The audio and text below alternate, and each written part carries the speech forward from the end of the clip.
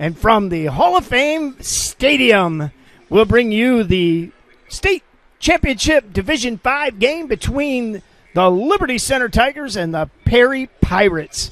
I'm your host, Mark the Captain Bly, and as always, on the call, Mr. Spike Whitman, and his color analyst, Mr. Scott Barrett. Guys, I got chills. I got chills. This is it, this is is it. Hey, and don't forget Boom Boom Bomb. Oh, my goodness, how can I do that? Bergie Barrett. Bergie Barrett back here. And John Fryman. And John Fryman in the booth. So we pulled all out the Geared stops up. for championship day Geared up. here, guys.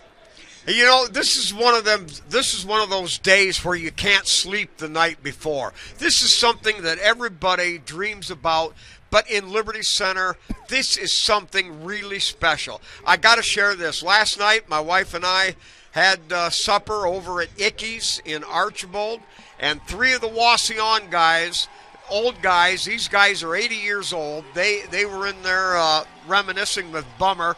And they saw my Liberty Center colors, and they said, how do you guys keep doing it year after year after year? You got a small town. You've got no industry. Archibald, Wauseon, Swanton, Delta, they've got everything. How do you do it? And I said, well, that's Liberty Center for you. That's the way it was back in the 20s, the 30s. And it's all about tradition. That's what this is all about, tradition. This is Liberty Center. This is the mindset. This is the living quarters. This is what everybody looks for. And therefore, what a program. Maybe one of the best in the state of Ohio. Now you're talking about Casey Moeller in his 7th season. You know, he's been very close, guys, to getting here, and he's got himself a football team that is primed and ready to go.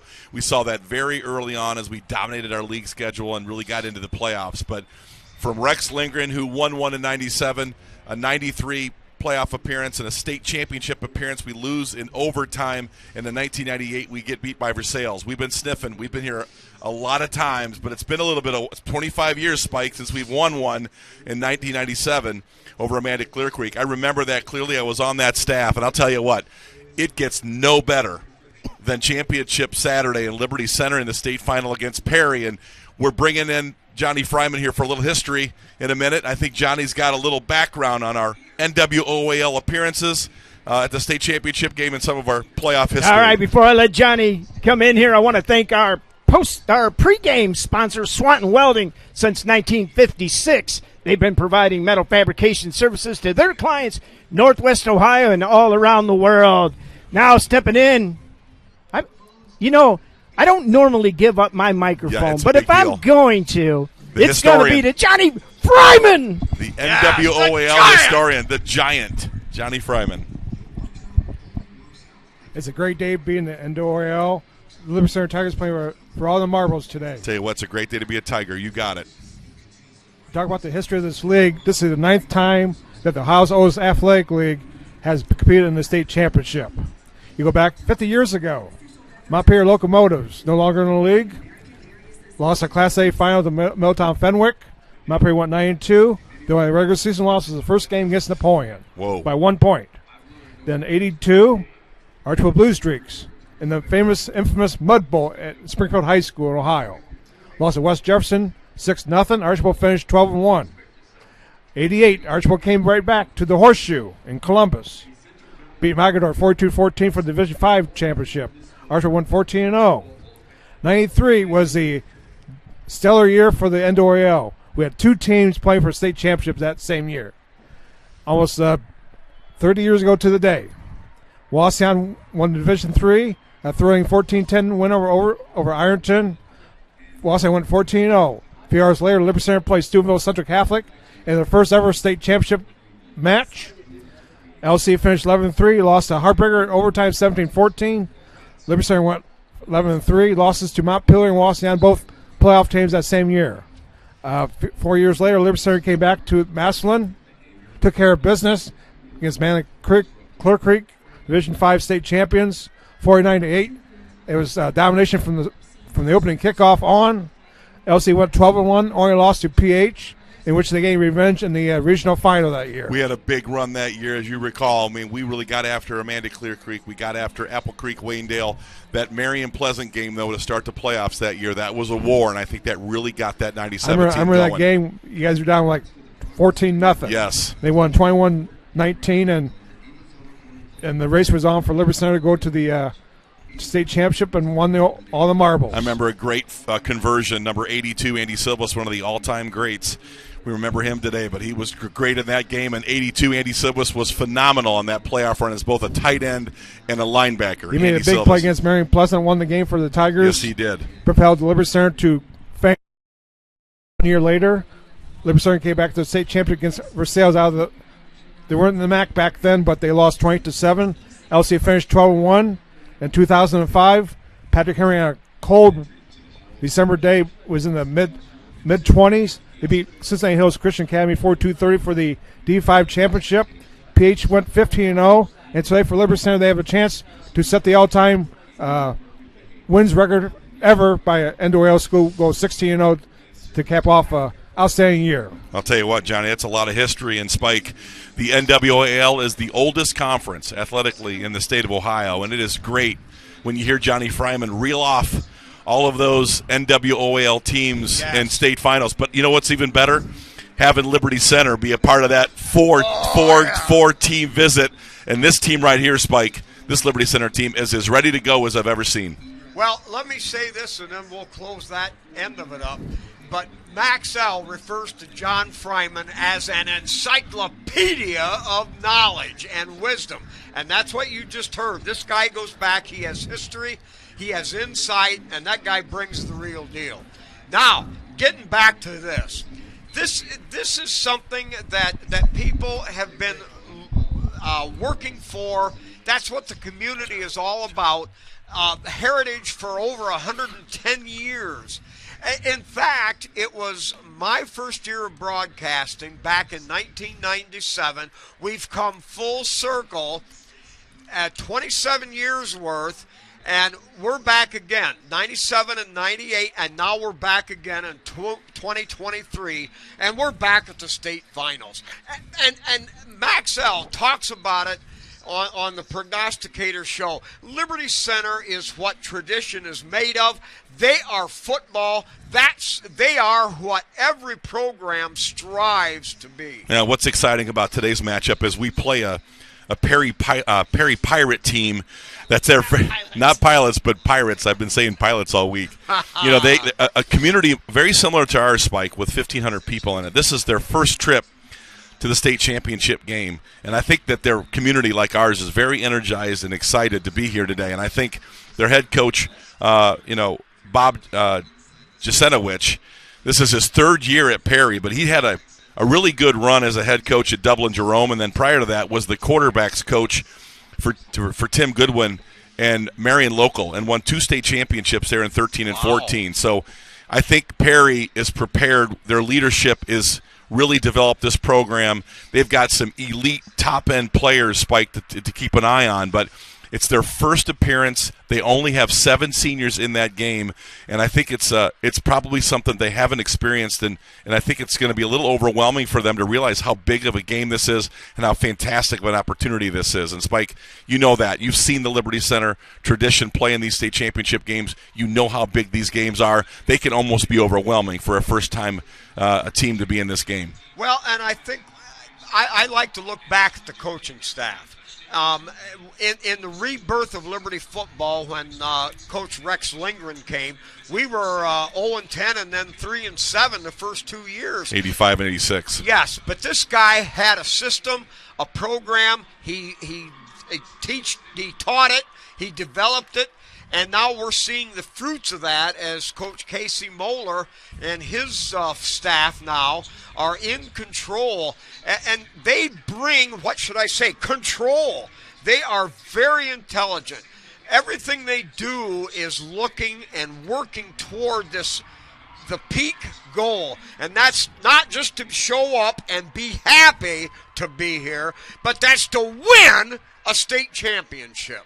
Just like their routine getting down here. The bus is left at 6:30. 3 hours, 3.5 to get here. They no more get here and they go to bed. They keep a routine. They get up in the morning. They have structured things that they do as far as eating. This is very programmed, very spot on regimen to get this accomplished. I am not here because I'm happy to be here. I want to win a state championship too. Hey, guy, one of the things I'm going to throw something in here. It's somebody put out an article, and I thought it was really cool, is how many coaches, how many community members were on those championship teams that their sons are on the field today. I know Coach Miller, Jesse Miller, we've got the coach himself, Casey Moeller, was part of those championship teams. His son, Coach Spangler, his son is part of this team. So when you, Spike, when you talk about tradition, and Scott, you guys talk about programs, you talk about this is a generational thing, and I thought that was just an awesome. The number of community guys that were on that team that their sons are on the field today. It's exciting. It's exciting to see the connection through the generations. You talk about Rex Lindgren, 0-10 in 85, 3-7 in 86. I mean, 20-20 in 4 years, and Rex went on to rip off a Hall of Fame career and obviously win a state championship and do 3 of these games and losing a couple of them in 98 and 93. And that 93 game, Spike, we were right there. You know, you had great players. You had a sophomore quarterback, and that game right there, I thought we were as close as we could be to breaking through. But back to what Mark's talking about, and I think it's really important to really think through and appreciate the number of players in this roster is 70. You know, and there's so much connectivity to our community in terms of the generations that have played here, that have blood, sweat, and teared this entire program. And I think Casey Moeller, who spent a lot of years, and you know this, toiling, junior high, freshman, JV, defensive coordinator. He worked his way up to be the head coach, and by the time he got here, and he tells Mark and I all the time, business, Liberty Center football is our business.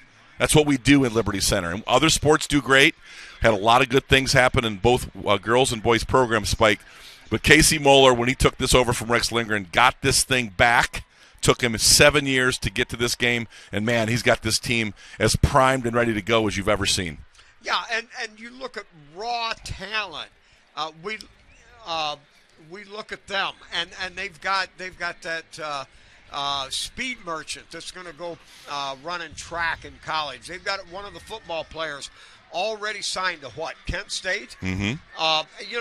And so they've got some big guns. But this is all what Liberty Center is all about. This is a team.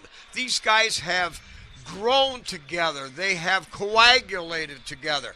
They have put themselves in a position to be the very best they can be because they work hard. They bought into the program, and the coaches have presented a program to them that is very doable, very winnable, as long as the players see it, buy it, know it, and deliver it. And that is exactly what Liberty Center has done. Great routines, day in and day out. They put the work in. Casey's as consistent of a working coach, his staff, every day of the week, and you see them fundamentally sound. They block and tackle as well as any Liberty Center team you've seen.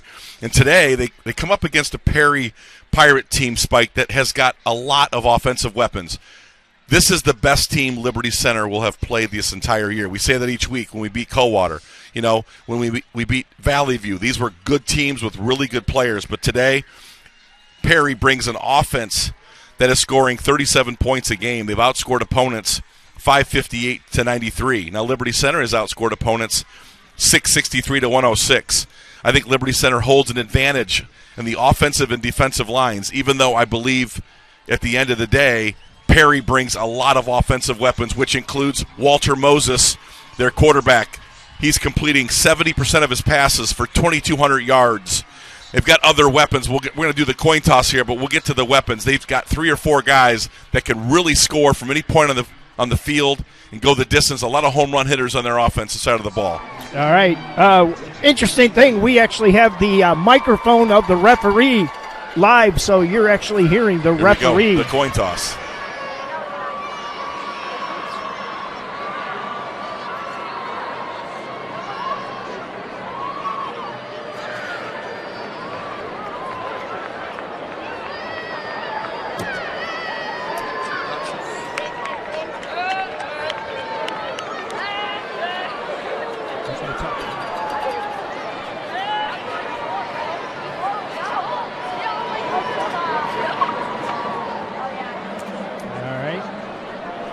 Well, we've got a field mic on. It may not be his, or he doesn't have his turned on. They've got a field mic. They have flipped the coin. Let's see right. who's won that coin toss. Liberty Center won the toss and will defer to the second half. And there you go. We'll have that. Over there. The orange towels are waving. They love that choice. Well, you knew Casey would defer. He loves his defense, and that really, if you talk to Casey and you watch his team and what they've done this season's been signified by their defense spike. Number 74, Landon Bachman's had an incredible year. Number 2, Colton Cruz, outstanding year. Number 70, Seth Navarre, outstanding year. I mean, you can go up and down this lineup, but, I mean, the defensive line alone has stars up and down it. Number 33, Xander Zeider, has had a great year. 74, Hunter Spangler has been fantastic. Number 55, Brady Gieseke has been good. Spike, you go down this roster, and there are 5 and 6 guys at each position with great depth. Noah Jensen's been a very good run stopper. Talk about what our defense looks like against this very explosive Perry offense. Well, Liberty Center for the year has, let's see here, they have given up 67 yards on the ground all year, and in the air they have given up a 45% completion rate, which in this day and age, 65 is kind of average for high school. Liberty Center's defense, with the pass rush, mind you, but have given up only 45% completions on the season. So Liberty Center's defense is a shutdown defense that all is predicated from the defensive line. You've got Zeider, third on the team in 57 tackles. You've got Backelman with 51 tackles, from the defensive line, and Navarre with 40. And that's where the excellence starts, but it doesn't stop there. It moves to the offensive line. Liberty Center on the season has averaged 320 yards rushing a game and given up 67 yards on the ground. That is it. They've given up 100 in the air, but 50 or only 67 on the ground.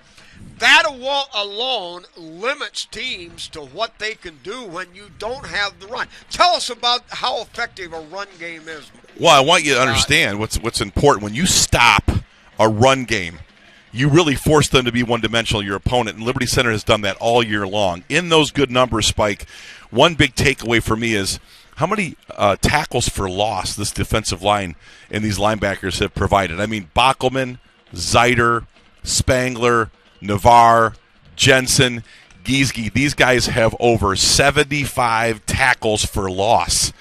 Before the Valley View game, I think that they totaled almost 400 yards in negative plays they created. And it goes the same thing for our linebacking crew. I mean, you saw last week, Garrison just did such a great job. Garrison freshman Cruz, creates a huge fumble that turns into basically a touchdown for Liberty Center. That was him reading a play, breaking it down, not only getting a tackle for loss, but a strip sack that set up Liberty Center for a big, crucial touchdown. So our defense, Spike, statistically is fantastic, but they create tackles for loss and turnovers at a very high rate. Yeah, here's the sacks, and listen to this from the defensive line. This is not blitzing linebackers. Landon Bachman has 11 sacks on the year. Xander Zeider, 8 sacks on the year. Seth Navarre, 7 sacks on the year. These are your team leaders, all coming from that defensive line. Then, of course, you've got linebackers, Rentz, Trent Cruz, and Gary Cruz that have 5, 4, and 2.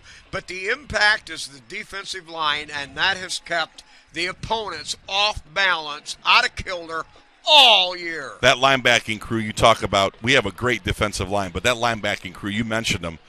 Waylon Rentz, who's a little bit banged up after the Coldwater game, returns today. We're going to get him in some kind of capacity, but having him back really means a lot to the heart of our defense at Mike linebacker. But we've got Garrison Cruz, a freshman, who is just fantastic. And if you talk to Eric Weimer, could end up being an all-time great in this program.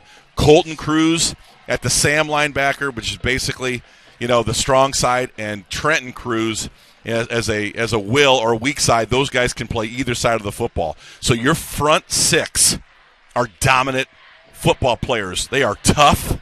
They love to hit, and that's where Liberty Center has big advantages today, where I think Perry has weapons on the offensive side of the ball. I'm not sure, Spike, that they've been hit like they're going to get hit today. Thomas Moeller, also, they're playing, you got that outside linebacker slash, defensive back position we call sniper, and really one of the unspoken or unheralded players all year long, Colton Chambers, has been great in coverage, an excellent open field tackler, and does a really good job in the run game. So, Spike, we've got guys, that 8-man group, not our defensive backs, we'll talk about them in a minute, but that 8-man group has contained, bottled up, and stopped rushing offenses all year long. Yeah, and here, tackles. Trent Cruz, 96 on the season. That's 8 a game. The next closest is Waylon Rentz, who now has missed a game at 64. Trent Cruz, the anchor of that linebacker core and the whole defense itself. He goes everywhere. But now listen to this. Xander Zeiter, 57. Landon Cruz from his safety at 56. Colton Cruz as a linebacker at 55 tackles. This is not just Trenton leading the team. This is a plethora of talent, of toughness in our tackling. Bakke with 51. Gary Cruz, who has only started a couple games, with 40 tackles. Thomas Moeller with 40 tackles. These are great numbers. These are numbers that mean a defense is at the tip-top peak point of their game. Well, they're great tacklers. They get to the football. Our defensive line has been dominant. And talking to Casey Moeller, he says, hey, we've been so good up front, we haven't had to do a lot of blitzing, which gives him options in coverage and gives him all kinds of different defensive looks that he can give. And today he's going to have to give it against a Perry team that is loaded with offensive weapons. And I wanted to mention briefly, Jaden Studio, their number one senior running back, got banged up last week in their game against Harvest Prep. He looked a little banged up today. He gained almost 1,400 yards on the ground on 157 carries and had 20 touchdowns. He is an outstanding running back. But the two guys we've got to keep our eye on today is Braden Richards. He's a senior. He's a slot running back. He's a big player from the slot. So if you consider the receiver closest to the boundary is the X, the next guy in is the Y, and then you have the next guy in is the Z. He is a great Z receiver in that slot. He has turned a lot of screen passes into touchdowns. I think I scouted 45 plays, and number 12 is a dynamic player. And then I think he actually won the 300-meter hurdles last year at the state meet, so he is just a huge part of their offense. And lastly, Luke Savan, a 6'1", 187-pound wide receiver. He's a junior. He is the favorite target of Walter Moses. And Walter Moses, Spike, today, he has completed almost 70% of his passes. This is a guy that can get out the pocket. He can escape pressure and create a lot of plays, not necessarily in the running game, but he gives his receivers additional time to run those secondary routes. So this quarterback today presents a lot of unique challenges. He throws a lot of high-efficiency passes, and our defense focused on our defensive backs. I think today we've had great play from Grady Miller. We've had great play from Cam Colley, and we've got an anchor senior, Landon Cruz, at safety today. That is a full-fledged cover-to-cover defensive backfield that's had a phenomenal year. Hey, I got to jump in here for a second. I got a million text messages. First of all, I'd love to be able to answer all of them, but I can't. People are asking me about the camera. You get to see these mugs for the entire game. We are not allowed to turn the camera around, folks. So I know people have offered me nobody's offered me a Bentley yet, but I've got funds. But this is going to be our view, and the reason we're doing this, just real briefly, not to cut into is that we can put the live score and the scoreboard and things like that. That techie guru genius over here, Cole Ballman's on it. And if we have a camera showing, we can put those things on the screen for you. So you're just going to have to put up with our mugs, and that's how it is. Well, Spike, I asked Spike the other night during the basketball game if he had cut his hair. He said no, he just washed it and combed it, so he looks well groomed. and ready for the camera, but I wanted to finish making sure we understand we're up against today, Spike. It was funny when I called you today. I said, how you doing today? You go, I'm down. Perry's so good, and we just can't match up. And poor Liberty Center. You're being awfully sarcastic, but I think at the end of the day, Liberty Center up front, Spike, really has a distinct advantage against Perry. When I looked at the film and broke it down and talked to our coaches, Perry is good up front. But, man, we have been phenomenal up front, both on the offensive and defensive lines, and our offensive line has been second to none. And I think that's why you see Liberty Center in a state championship game. Right. Now, let me throw you a couple of odd stats here quickly before we get anywhere close to the broadcast. But, we've rolled up big numbers, 325 yards of rushing a game, and we're doing that against some of the lesser talented teams throughout the year.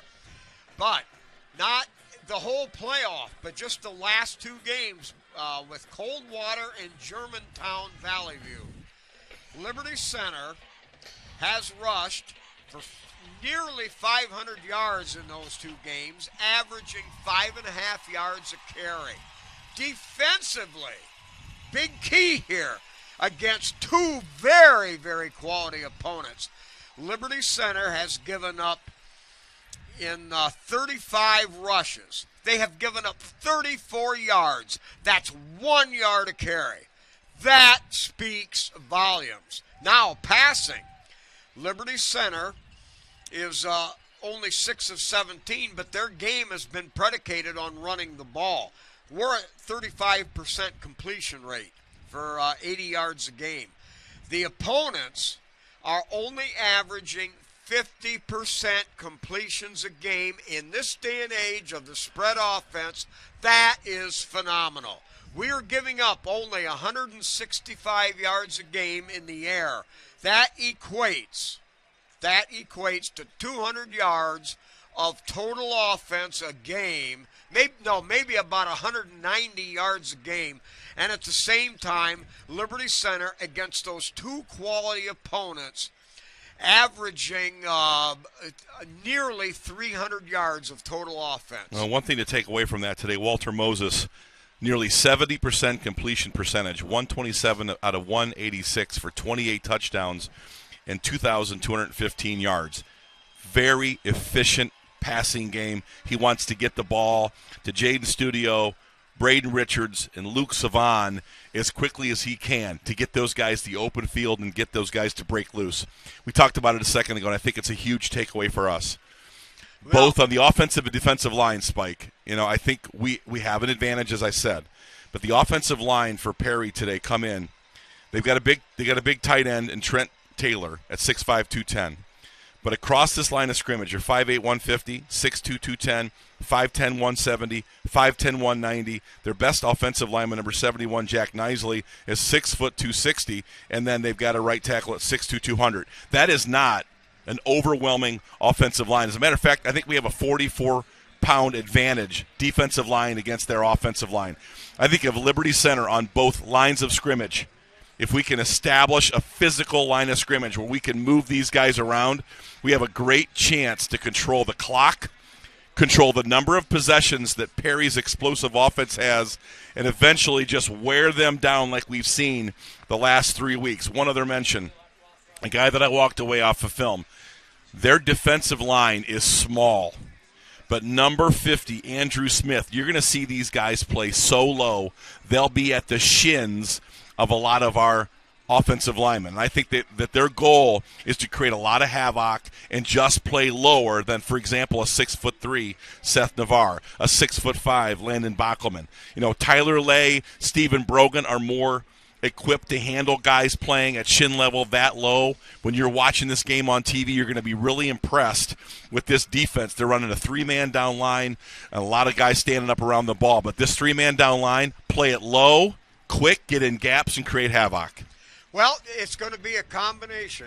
Casey Moeller and his staff, I'm sure, have worked every label, every possibility they have encountered. They've had a lot of film, they'll be able to monitor what needs to be done. Okay, one of the cool things about being here at the Hall of Fame Stadium is everything is right on time. Both teams now have left the locker room, so they'll be coming on the field right at the 6-minute mark, and that's about right now.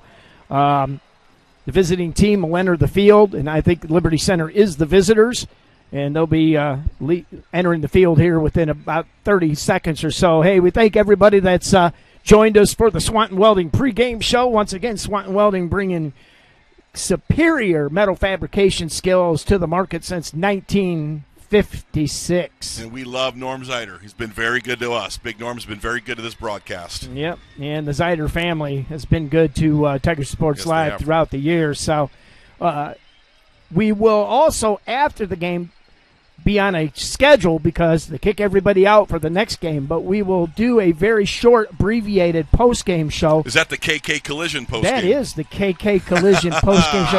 That we might get the announcement in. That may be all that they'll be picking us out. So Liberty Center now coming out of the tunnel here with the smoke in the Army National Guard tunnels.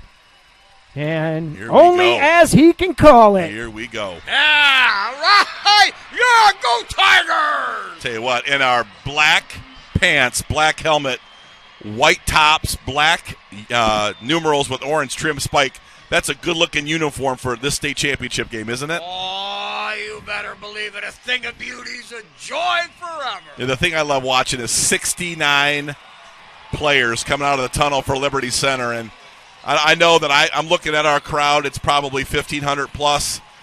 They are thrilled and excited. You got some pom-poms over there, the orange and black, ready to get another state championship here today at Tom Benson Hall of Fame Stadium. Yeah, you look at it. We're talking from the 15-yard line on to the other 15-yard line. We've got a tremendous crowd over there on the far side. Yeah. We're here with the on the home side, high above. 7 levels up.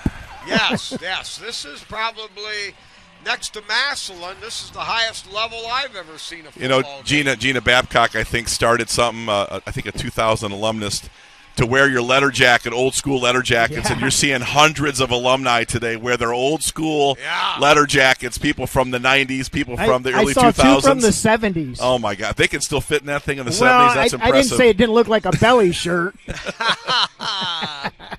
It's like the national anthem. All right, we'll break here for the national anthem. I think I'll be able to pick up the I'll pick up the field mic here.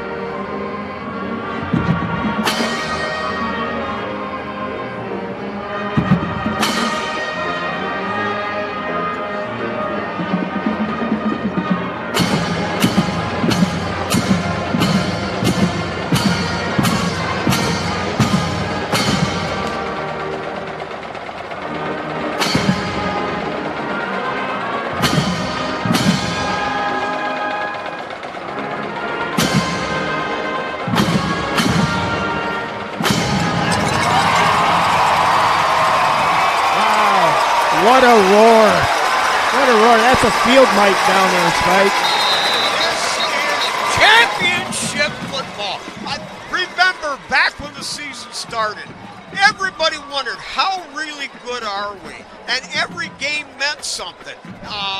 We had a great run against Napoleon. We had a great run against Otsego. Archibald, we had control of that game early. It was tight, but we took control early. And every game, it's been, how good is this team? Well, I want to tell you, I won't tell you. Bucky, answer that question. Well, I'll tell you what, a lot of questions about schedule strength and how good the NWOAL was. We've torn through this playoff and won blowout games. We've won tight games against Coldwater and Valley View. This team has answered the bell every week for 15 straight weeks. And you know what? I got a lot of confidence they answer the bell one more time to get themselves a chip today, Spike. There is no denying one thing. This Liberty Center, it all starts with the defensive line. And from there on out, it builds everywhere. The camaraderie, the teammanship, the ability to come together as a squad. These guys live it, believe it, and do it. I'll be very anxious to see how Liberty Center does on this coverage. Last week, giving up a coverage touchdown to Valley View, and I know they wanted to work on that this week. They've inserted and done some substituting. Looks like we're much healthier than we've been the last 2 weeks, getting a couple key players back. I think Stephen Brogan has fought his way back to be potentially in this lineup today. I know that Waylon Rentz certainly is in uniform today. So this coverage opportunity for Liberty Center's kickoff team is a big opportunity. This is what it's all about. Liberty Center fans love the moment. Cherish it. Grasp it. Put your heart into it. This is championship football. This is Liberty Center football, and that's what it's all about. I love the decision to defer. Put your unit out there where you've got a lot of confidence in our defense. I love our kicking game. We have just been stellar. And I'll tell you what, Max Walker has been phenomenal this year, kicking the ball in the end zone over 50% of the time. So really anxious to see where Perry picks this ball up and how Liberty Center's coverage team does. We are ready to go here, Spike. All right, State championship Saturday. Degrees, no rain. What a beautiful day for football. Here's the kick. High and over end. That's going to come down 3 yards baby. deep. And that will be a touchback, and the ball comes out to the 20-yard line. And Max Walker does that as well as any kicker in Liberty Center history. Big leg. I know in the pregame he was juiced up, bombing 40-yard field goals. Great job by Max Walker and a great job by our coverage team. All right, Liberty Center comes out. Defense, Bachman, Navarre, Xander Zeiter up front. You got Trent Cruz, Colton Cruz, Gary Cruz as linebackers. Snipers, you've got Colton Chambers, Bainfeld, Moeller, and deep backs, Grady Miller, Cam Colley, and Landon Cruz. Coming out shotgun spread. They like to do a lot of shotgun. Very rarely do they go under center. Trip receivers to the far side. They're going to run an option pitch that No, sir. way. Great job. And maybe a yard or two on the gain. That is all met head on right there. Landon Cruz, right there at the line of scrimmage. Maybe a gain of 2, but great tackle. Liberty Center getting to the football early. I love getting our safeties and corners, Spike, involved in the run game. Great job on play number 1. All right. Well, we've only scratched the surface here. If you've just joined us, that was the first play of the game. Gain of 2, 2nd and 8. From the 22 are the Pirates. They'll send double receiver out to the far side, tight end right, double receiver over here. Play action. There's a little blitz. Great job. Fumble. Liberty Center could have gotten this ball. That's, no. We'll have to wait and see. Oh, my goodness. Tiger fans going crazy. Xander Zeiter creates a fumble. Walter Moses gets back. Liberty on top of that right away. A scramble for the football recovered by Owen McCoon. But you saw Xander Zeiter doing a great job getting off blocks, powering through. His Perry team is seeing a defense, especially a defensive front 3 that has been dominant, Spike. Great job by number 33. Loss of 9. It's going to be 3rd and 17 to go from the 13-yard line. Quarterback out of the gun. Quick drop. Looks now scrambling right. Now throws the home run ball Got him. upfield. Wow. It's caught. Oh, wow. No. All the way down to the 40-yard line of Liberty Center. Man, Jimmy Ashburn beat Colton Chambers. I mean, as we talked about, Walter Moses drifts to his right to give him a little bit more time. And there, Jimmy Ashburn had a couple steps on Colton. That's a big 3rd and 16 conversion and a big explosive play. Perry has explosives in this offense. You just saw one. 46 yards on the completion. That puts the ball at the 37-yard line of Liberty Center. Backs in an I.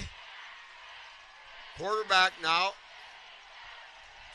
under center with a wide out to either side. Give to the second back off the right side. Not much running room there, maybe 2 yards down to the 35. Very rare do you see Perry get in an I formation under center, but they want to establish that line of scrimmage and see what they can get out of this running game early. Owen McCoon is a guy that runs very physically in between the tackles for this Perry team. He is also an outstanding linebacker. All right, Liberty Center will just have to react, recompose, and recombobulate here. Second down 7. It was a gain of 3. Perry comes out with a wide out to the Tiger side, a wide out over here, and a man in the slot. Now it's a double wide out to either side. Motion back to the ball. Give to the motion man. Trying to turn it up. Has running room. Breaks one. Slips to another and down to the Tiger 20-yard line. A gain of 11, and it's going to be a 1st and 10 for the Pirates. That's number 12, Braden Richards. We talked about him. Excellent athlete. Got him on the jet sweep. He is explosive. Does a lot of things for them. Catches screens. You see the jet sweep there and strong enough to break through tackles. I think he was the 300-meter hurdle champ last year at the state meet, I believe. But they get him in a multiplicity of sets and formations to get him the ball. He's dangerous. First down, Perry driving. It's Liberty Center. All right, 1st and 10 at the 20. Trip receivers over here to the wide side. Give to the back, right side. A little bit of running room there. Hit by Cruz. Trent Cruz in the backfield, but he'll slip forward for 6 yards on the play. We talked about it. Owen McCoon, their fullback, halfback, runs hard, attacks the line of scrimmage, breaking tackles. It's a good first down gain for Perry inside our 15, inside the red zone. All right, gain of 6, be 2nd down and 4. Well, that's what it is about championship football. There's big plays, everything big goes on. It's just a matter of getting through that first quarter. All right, now wing left, double wide out this way. Quarterback on a keeper, tries to get outside. He's going to be hit by Bockelman, and it'll be a pickup of a couple, and it'll be 3rd down and short around the 12. Braden Richards again. They'll put him in that wildcat spike and let him pick his holes and give him options on offense. Again, very dynamic offensive player, number 12, Braden Richards. Great play by number 3, Thomas Moeller, and number 75, Landon Bockelman. Stop him with a couple yards short here. All right, 3rd down and 2. 1st and 10 line is at the 10. Liberty has made a lot of plays here in these critical moments here, 3rd and 2. Now motion back toward the football. Now rolling right, looking, trying to turn it up. No, sir. And they're going to get him in the backfield. No gain on the play. Yeah, Landon Bockelman, a big-time football play, and it's great to see number 19, Waylon Rentz, finishing that tackle. On that hit. If Walter Moses wants to run the football, let's let him do that because he's not their best offensive runner in terms of rusher. But Liberty Center, a very big stop now, 4th and 2. And we've talked about it, Spike. Liberty has been very good in these situations all year long. When they've needed to play on defense, they have found it. All right. First down at the 10. The ball's at the 12, 4th and 2. And it appears that a timeout for Perry. Go for it. No, now they're going to call a timeout. So Liberty Center has put Perry into a position that, they like to be on the 12, but not 4th down. I think Perry knows they're in a ball game. Liberty got him in 3rd and 16, right where they wanted him, but a rarely used slot receiver, Jimmy Ashburn, got a step on Colton Chambers. Colton was in really good coverage, but I think Walter Moses being able to get outside the pocket, Spike, and buy an extra 2 or 3 seconds, it's really hard to cover for 3.5, 4, 5 seconds. And I think that's where Walter Moses' genius is. He buys a lot of time and he's very athletic.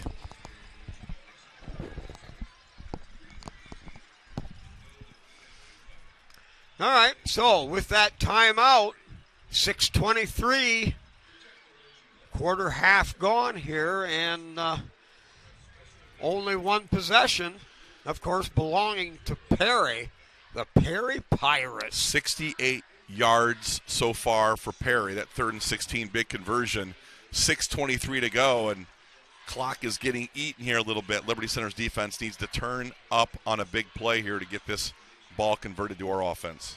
This is a long time out, and I'm surprised. Well, I'm not surprised they called the timeout, but you got to believe with the field position involved that I would expect them to go for it here. Well, this is Championship Saturday. We've said that a few times. And, yeah. Perry, this is the first time they've been in a game of this magnitude, even though their head coach has seen 2 of these state championships with Marion local. I think that they really have got to calculate, do they want to chase points here? Do they think they've got enough physicality to get a first down? This is a big play in a football game right here. First quarter, 4th and 2, and they know Liberty Center's defensive front 3 has been ferocious. I think we're also getting a little bit of a TV timeout benefit here on this Perry timeout. Not used to these extended timeouts, but yeah.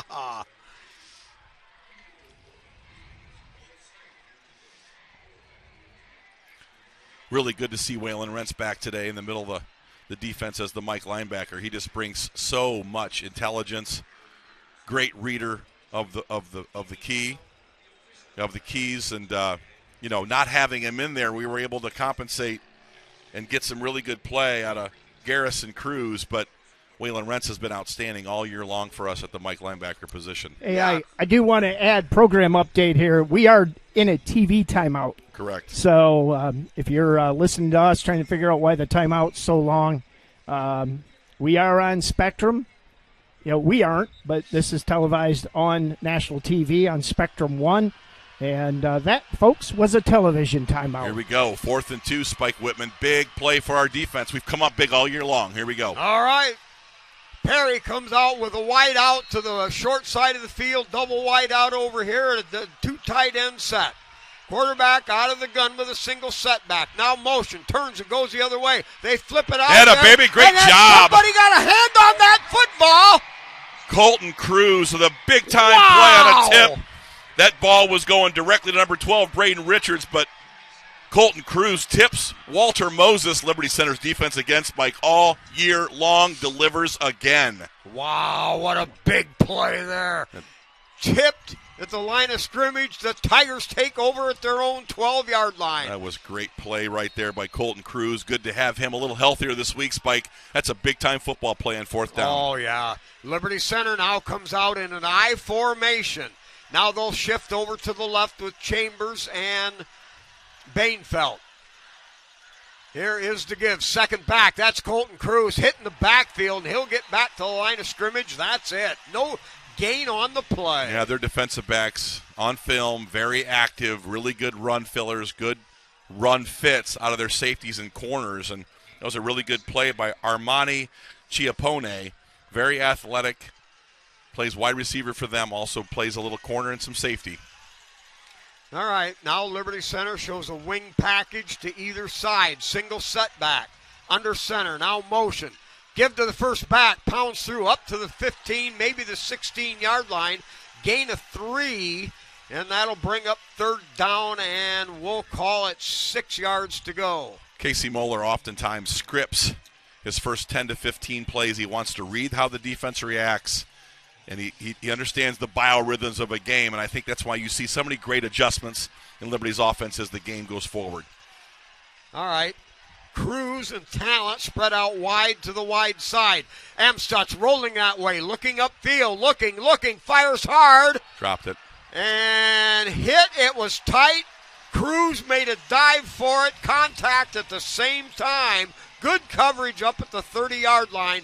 That'll be incomplete, and Liberty Center with a 4th and 6. Spike, the state sent out a mandate, no noisemakers, and this Perry group brought a bunch of cowbells, and I don't think that's going to make a big difference, but you could definitely feel the cowbell here on Perry. Yeah. And Liberty likes to bring cowbells as well, but we didn't bring them today because they're not allowed to be here in the state final. All right, standing back at his 4-yard line to punt. Ooh, Gets partially it blocked. off, barely. Fair catch called for at the 40-yard line. And was that possibly blocked? Looked like it was tipped. I believe it might have been tipped. Look at the replay, but they got good pressure on that. It was a good job by Max Walker to get that punt off, but I think that was tipped. Officially a 32-yard punt, and Perry will take over at the Tiger 42-yard line. And Perry did a really good job on that defensive possession, controlling the line of scrimmage. They won a couple blocks and kept Liberty Center bottled up in 3rd and +5, and that's a down and distance that Casey does not like. He'd rather have it 3rd and -5. All right, Perry with a double wide out to this side here, one to the far side. Now motion that far side. Dropping back to throw. He's going to throw it again for the end zone. Out there, caught, touchdown. There's his number 1 receiver, Luke Savon, and they're getting these plays in the slot. He was wide open, just kind of blew by our defensive back there, and Walter Moses put it right on the money. We talked about their explosive capabilities, and they are going to really get after our defensive backs today, and that's 2 big explosive plays. Liberty's going to have to tighten it up in the secondary a little bit. All right, left-footed booter, snap good, hold good, kick on the way, and it's good. 7-0 at the 4:51 mark of the first period, and the Perry Pirates take the lead 7-0. They brought Braden Richards in motion there, Spike, and they moved the safety a little bit and got Luke Savon wide open in stride, and Walter Moses, a Division I recruit as a junior, just put it right on the money. And, we're going to have to make a decision. We're going to have to cover our pressure, and I think pressure in Walter Moses is going to be hard because he's athletic enough to get outside the pocket, and he's got the ability and the arm strength to reach a lot of this field while he's on the run. And it's just a kind of quarterback that you haven't seen a whole lot of. And they've got 4 and 5 high-quality receivers. So this Perry team we knew had explosives in their offense, and they've shown it early on here. Okay, question. Now, do you occasionally blitz a linebacker against this, going with your 3-man rush? Do you keep the 8 guys deep and play coverage? Or do you put a spy on the quarterback? Well, Walter Moses is not that much of a run threat for a spy. And I think Casey Moeller, being a safety and a coach that really coaches that side of the football in terms of defensive backs, you might see more coverage and someone in the middle, maybe 2 safeties in the middle of the field. Giving up those big plays is not something we want to do a lot of today. All right, a bounding kick, grabbed there at the 19-yard line, returned straight ahead, looking for running room up across the 30-yard line, where Liberty Center will take over. Talking to Casey this week, we knew this is where Perry wanted to be. They wanted to throw the ball down the field and really challenge our wide receivers. And it's going to take us controlling the football on offense to limit their possessions. And I hope this second possession for Liberty Center gives us that opportunity. We got to run some clock, and we got to get down the football field. Now, and every possession is important, but I think they've been there twice. Now we're getting the ball for the second time. Perhaps we can utilize some different weapons. All right, Chambers. Wing back on the left. Give to the second back off the right side. Not much running room there. Maybe a couple. Up to the 34-yard line is Cruz. Their defensive line is very active, and we kind of highlighted a couple players we liked. Joey Baldry, number 53, and nose guard Andrew Smith. But they're also getting good linebacker play by Owen McCoon, number 44. And you're seeing Braden Richards, probably their best athlete, number 12, all over the football. Good reads and good fits today so far for Perry. All right, Chambers a wide out over here. Cruz wide out on the far side. Play action. They're going to loft it up there for Cruz. And a great defensive recovery down at the 40-yard line. Stopped what could have been a long reception. And that'll bring up 3rd down and 8 for the Tigers. That's number 10, Vince Tomasic. He's our best cover guy. I think he was open. I think Landon was open for a split second. And Amstutz put it on him, but a great break on the ball by Vince Tomasic to break that play up. 3rd and 8. Big first down here, Spike, for Liberty Center. Tigers send 2 wide outs to the wide side of the field with a wing back with Chambers over on that left side. Amstutz rolling out, stops, has time, throws it out. Nice catch. Oh, he dropped it. No, it's knocked away. It would have been a first down across the 40, but a great defensive play to string a hand in there at beyond the last second, and that'll bring up 4th down. Well, Landon Cruz had it in his hands. Oh, it was right there. What a great throw by Landon Amstutz. Got to squeeze that ball, Landon Cruz. Last week he struggled a little bit catching the football. Today we're going to need him. All right, no pressure, high punt. And no fair catch called for. Caught at the 33, returned up across the 40-yard line, and that's where Perry will take over. They've had good field position here, and I think they've got a game plan. I think they're identifying where they think they can get down the field. Luke Savon busted one off for a big touchdown. Jimmy Ashburn, a rarely used slot receiver, got a big one on us. So let's see where Casey Moeller and this defensive staff, Matt Bryan, comes up with maybe a little bit of a different look on coverage. All right, 1st and 10 at Perry's own 43-yard line. Here's where Liberty Center needs a stop here and try to get the field position flipped in a hurry. All right, double wide out to this side here, single setback. They're going to give it to that back off the right side. He twists and spins and rambles up to the 50-yard line, pick up a 7. Owen McCoon again, their hard-running halfback, breaking tackles, spinning. So far, Perry doing a pretty good job here running the football. And of all the film that I saw, they really like to throw the football and like to get it to Braden Richards in space, but they're giving the ball a lot to Owen McCoon. We knew he's very physical in between the tackles, and so far so good for Perry. Throwing the ball, running the ball very effectively here early on. Yeah, they're a 50-50 team run-pass. Okay, double wide out over here, ball right in the middle of the field, single setback. They're going to give it to that guy off the left side, breaks through one tackle, pounds forward. Maybe a holding call here against Perry, a late flag. Bainfeld, I think, got a shoestring tackle. It would have been a first down, but now. Holding against Perry. Holding against Holding. Perry. Offense, number 58, 10-yard penalty, 2nd down. You know, that play flowed to their sidelines, and that was kind of like one of those off tackles that opened up a little bit outside. Owen McCoon, again, broke a couple tackles. Liberty Center was held on that play, though, and that was a big key for Perry. That was a big penalty. Now go 2nd and 13, Spike. Now it's time to put a little pressure on this guy. All right, Perry comes out with a double ball in the center of the field at the 40. Double wide out to the Tiger side of the field. Double wide out over here with a single setback. Now they'll hesitate. A lot of time on the play clock. Liberty looked at a blitz there, and Moses kind of quick drop, got him and into that's a quick drop. Dropped up there at the 43, incomplete. That'll make it 3rd down and 13. Buck, we were here before. Ball behind the chains. Well, I think those penalties, those holding penalties, especially on a running play like that early in your drive sequence, really puts you behind the 8 ball. 3rd and 13. Let's see if Liberty either dials up a blitz or dials up coverage. My guess is you might see more coverage. Our defensive line has been able to get home a lot this year, but again, Walter Moses been very effective moving the pocket and getting outside some of those rush lanes. All right, different formation. Trip receivers to the far side. One over here, no tight ends. Play clock violation possibly. Delay game.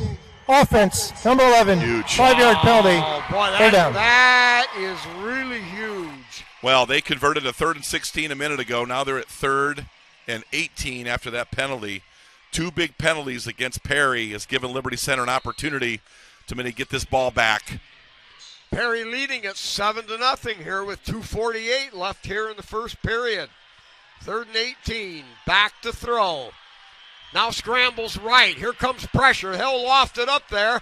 A one-on-one battle. And what a great caught catch. Down at the 31-yard line. Holy moly. Braden Richards, their best athlete, just basically won that route over Grady Miller. Grady Miller was right there, but just a elite effort. You knew what you were going to get from Braden Richards, and he so far has paid off another 3rd and 18 conversion. And Perry really throwing the football well against Liberty Center right now. 30-odd yard gain, and now they've got 2 wide outs to the far side, the short side. Give. Off the up the fumble. Liberty Center picks it up right there. Bockelman might have been the one to Big fall time. on. Who got it? Defense. Landon knocked it Bockelman loose? got it. Colton But Cruz knocked Colton it loose. Cruz caused the fumble. Landon Bockelman picked it up, and man, did we get off the hook. Whoa, Get our baby. defense bailing us out. Great job by Landon Bockelman. Wow, did we need that, because Perry was on the drive. Great job by Bockelman. An excellent hit by Colton Cruz. All right, new life for Liberty Center. 2.5 minutes to go in the first quarter. Perry leading at 7-0. Tigers first and 10 from their own 30. This is a big-time drive. Excellent job turning over Perry. Spike, we need something good to happen here on offense. Wing right, tight end right. Double set back. Give to the second back. Heading through there. Cruz, he'll pound forward. Good up gain. to the 34-yard line. Pick up a 4. Excellent job by the offensive line. Nice little toss sweep to Trent Cruz. That's the kind of offense Casey wants to play. 3, 4, 5 yards on first down.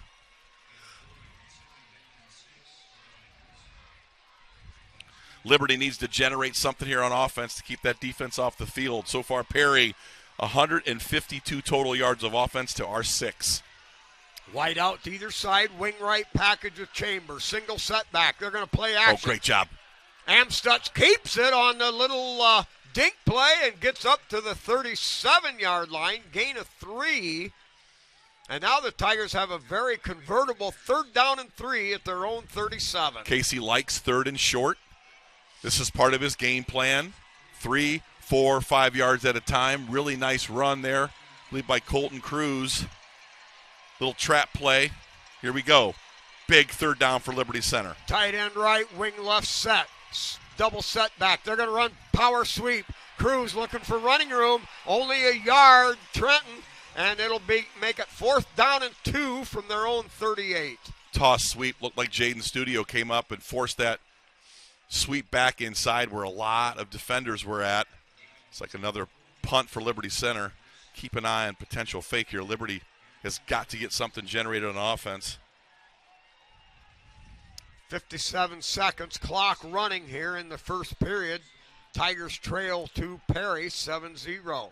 Walker standing at his 25. High floater. That's going to hit at the 28 and bounce out of bounds somewhere down there inside the 30-yard line.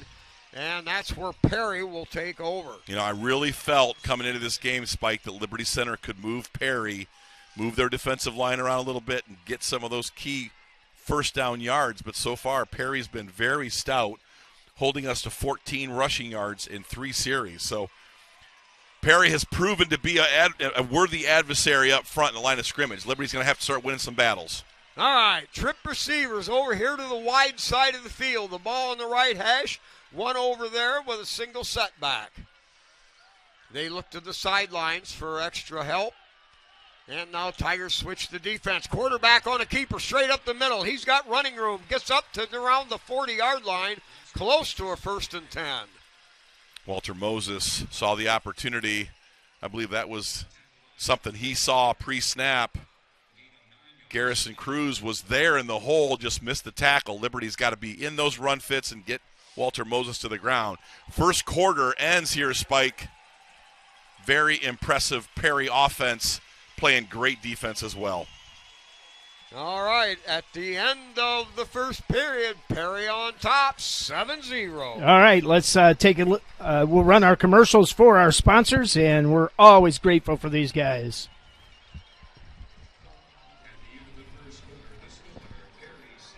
Can't hear it. A huge thank you to our 2023-2024 Tigers Sport Life sponsors: KK Collision, Meyer Badenhoff Insurance, STN Design, Affinity IT Group, 3Chord, Davis Farm Services, Swanton Welding, Ham and Dick Leatherman, Pisanello's Pizza, and Gerald Grain Centers.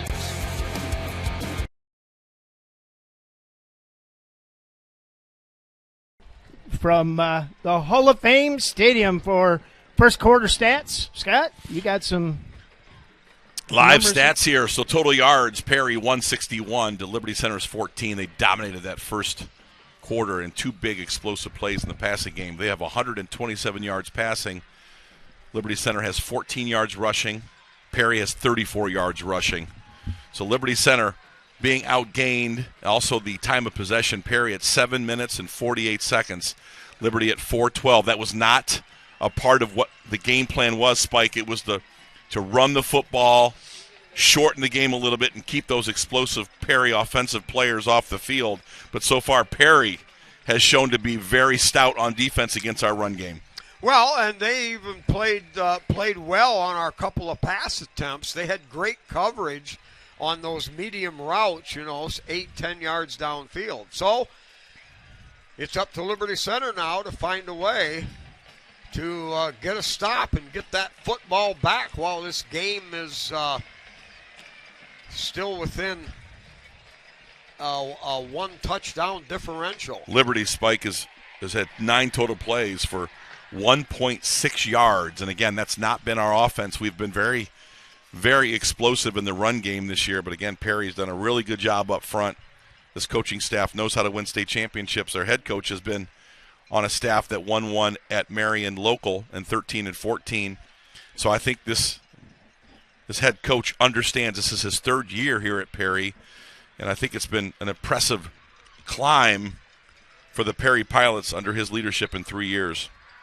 All right, now, Liberty Center obviously needs to stop Perry with the ball at their own 39-yard line, looking at a 2nd down and 1.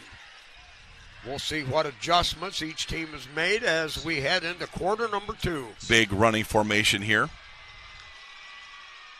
Quarterback sneak on a keeper, and tush he's going to push. burrow forward for 2 yards, and that's more than enough for a 1st and 10. Little tush push there. Again, Walter Moses has been very effective running the football. Quarterback draws, quarterback sneaks, getting himself outside the pocket and buying time. Very good athlete, 6'4", 188 pounds. Walter Moses has been a big part of this game plan. All right, now they come out. They show trip receivers to the far side, the wide side of the field. Single setback with a wide out over here. 0 tight ends. Give up the middle. Hit right play. there. Big a time loss play. of 3 yards on the play. That's Landon Bachman again, number 75. Tell you what, you can't block number 75, Landon Bachman. Big tackle for loss again. We talked about tackles for loss. Very impressive by Landon Bachman. He wasn't the only guy on the scene. That defensive line very active on that play. It's a big-time play, 2nd and 12. I love tackles for loss, behind the chains. Good job by our defense. And now the defense has to continue that effort. They want to keep the ball behind the chains. Ball at the 40, 2nd and 12. Double wide out to the far side. Twin setbacks. Now play action. Looks to throw. Tries to scramble out around the right side. Hit over there. Shoved out of bounds by Chambers at the 45, pick up of 5 yards. You saw Walter Moses look at number 12, Braden Richards, right away. That was his first look. He did not like what he saw. Liberty doing a great job in the secondary on that snap. He chose to run it for 6 yards. Good decision by Walter. Liberty Center now 3rd and 6. Opportunity for a stop. Last possession, Liberty turned him over. Liberty's got to get off the field here on defense. All right, 3rd and 6. Ball at their own 46-yard line. Double wide out to the far side. Single over here. Motion to the far side. Comes some pressure. Straight Screen. Drop. Great play. Knocked down there by Navarre. Incomplete. 4th down coming off. They run a really effective screen from the slot. Well scouted by Matt Bryan, Casey Moeller, and that defensive staff. And Seth Navarre with a big tip. That's another big tip for Liberty Center. Defense now starting to get tuned in, Spike. Tackles for losses, getting off the field, turning Perry over. I like the trend of our defense right now. All right, so now Perry, 4th and 6 from their own 45. Punter standing back at their own 33-yard line. Tigers with 2 deep backs. High spiraling kick. That's going to hit at the 12. Good. And that'll go into the end zone. A long punt, but the Tigers will get it out at the 20-yard line. 10.5 to go here. Liberty Center trails Perry 7-0. That was a big-time defensive sequence. Anytime that you can get a tackle for loss or a negative play on defense, Spike, it really sets up the defense to do a variety of things. That time, we brought a little pressure from the edge. They ran that screen pass that they've run really well all year, and great job by Seth Navarre to knock that thing down. All right, from our vantage point on the visitor side of the field, the ball on the far hash. Tigers show a wide out over here. Single setback, double tight end. Give to the first back, looking to punch it through. There you go. Bores forward up to the 24-yard line. Pick up a 4 for Liberty Center. Good job, straight dive, and I like that play. Hits that hole very quick. No lead blocker, no power. Just get a +3 or 4, 2nd and 6. That's the kind of first down play Casey likes. Are they reading when we go with the power play, the second back? Are they reading that pretty quickly? There's a set of keys in a wing tee that a well-coached team can pick up on. And so far, Perry has been exactly where they need to be in their run fits. All right, Amstutz under center, 2nd and 6. Give to the second. No, play action, rolling right, has time. Now he's going to look to turn it up. He'll scramble forward, gets up near the 30-yard line. Nice Tigers choice. Very close. Really good choice by Landon Amstutz. Very mature senior. Did not like what he had in those pass routes. Decided to knuckle under and get himself some yards, and now we're at 3rd and short, I think, here, maybe third and 1. About 2 feet to go. The pickup of 5.5 yards for Amstutz on a kind of a conditioned run, you might say. He read it and turned it up quickly. Now, a first down here, conversion paramount for the Liberty Center Tigers. You've got Cruz spread out wide to this side. Double tights. Give first back. Atta, baby. Driving Good through, job, Colton. Driving, pounding, picking it up, driving forward. Pick up a 5 yards up to the 35-yard line. And who do you run behind? Number 75, Landon Bockelman. Colton Cruz behind Landon Bockelman is a winner every time. You're going to go to Vegas, play 75-2, and you're going to win a lot on that roulette wheel. Good job by the offensive line. Just moving Perry nice and easy down the field. 8:49 to go, and this is the kind of drive Casey's been looking for today. All right, Liberty Center, 1st and 10 at their own 34-yard line. Single setback, now man in motion. They'll give it straight ahead, running room there. Nice looking Pounce play. Forward and up to the 40-yard line, a gain of 5 yards. Now Liberty Center's offense starting to click in. Trenton Cruz on the carry. Good job by the offensive line, little belly down where they double down on the tackle. Nice little hole there. And number 5, Trenton Cruz has been the workhorse since Colton's been banged up. 6-yard gain, exactly what Casey Muller's looking for. Great job by this O-line. Good tempo by the offense. 2nd and 4, spread out wide to the right, double wing set in motion. They're going to give us first back nice again. Cut. Twisting and turning. Gets up to the 43-yard line, pick up a 3. It'll bring up 3rd down and 1. Spike, Mark, and I talk to Casey each week.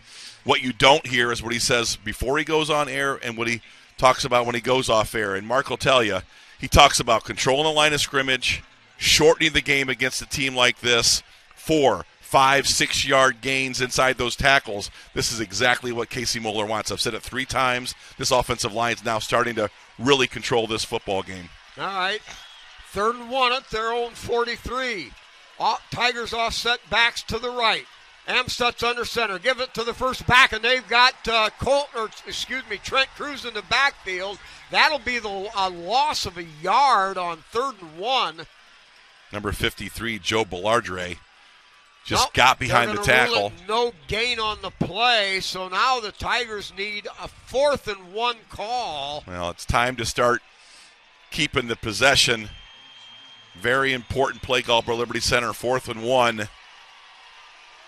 And Liberty Center shows they may be going for it. 7 minutes left here, 2nd quarter, 4th and 1. Tigers with the wing right package, 2 in the backfield. There you go. And great job, Landon Amstutz. Jump off sides. Well, we think. Let's wait for the official there's no ruling. doubt about it. Dead Offsides. ball, encroachment, defense, number 50, 5-yard penalty, results in a first down. A little Caden's count there. Yeah, baby. Well, 1st and 10 Liberty. You see that Perry internal 3 defensive linemen. They're just chomping at the bit. 55, 53, and 50. And they had a 0 looking to blitz. So they got inside there and just got a little too antsy. Great job by Liberty Center. And having a senior at quarterback being able to control that cadence, that's a big-time conversion for Liberty Center. All right. Back split in the backfield. 1 wide out to the far side. They give first back a little bit of plunge, I like it. landing, Nice driving, job. and banging his way forward down inside the 50 to the 47. Good-looking play, good-looking Gain run. of 5. Good-looking run by Colton Cruz. And great block by number 75 and number 24. Liberty Center doing a really good job doing what I thought they could do, Spike. Yes. Get just enough movement, 4, 5, 6-yard gains. Offensive line starting to turn it out a little bit here. Oh, we've got a stoppage of play. Let's wait and see. Liberty Center with a 2nd and 5. And now they're going to signal go ahead. They didn't. They reset the 25-second clocks. Okay. At the 43 of Perry. Amstutz under center, wing right. Give first back, tries to find running room. Pounding forward. I like that. Keep going. Still driving, still on his feet. And they're going to rule finally down at the 43, a gain of, let's wait for the spot, a gain of 4 on the play. That was secondary extra effort yardage. Tell you what, both the Cruz boys really keep those feet running. The offensive line never stops blocking. 3rd and 1, and another manageable 3rd and 1. I would imagine Liberty Center now is going to be in 4-down territory, and anything that is under 5 yards. All right, Amstutz comes out under center. We've got man in the slot on the left. It's a double wing package. Chambers in motion. They're going to give it off the right side. There you go. Cruz dives forward, pounds his way down to the 41, a gain of 3 and a Tiger first down. Just piling up first downs, running off tackle, little 0-1 trap, little belly down off tackle. Great job by the offensive line. Casey Moeller finding some rhythm in his play calling. This is where Liberty Center has been really good all year long, and exactly the type of game that Casey wants to call. Last week, Liberty Center ran the ball 42 times. They threw the ball 5 times. If that sets a precedent. Double wing set. Motion this way. Give up the middle. Still on his feet.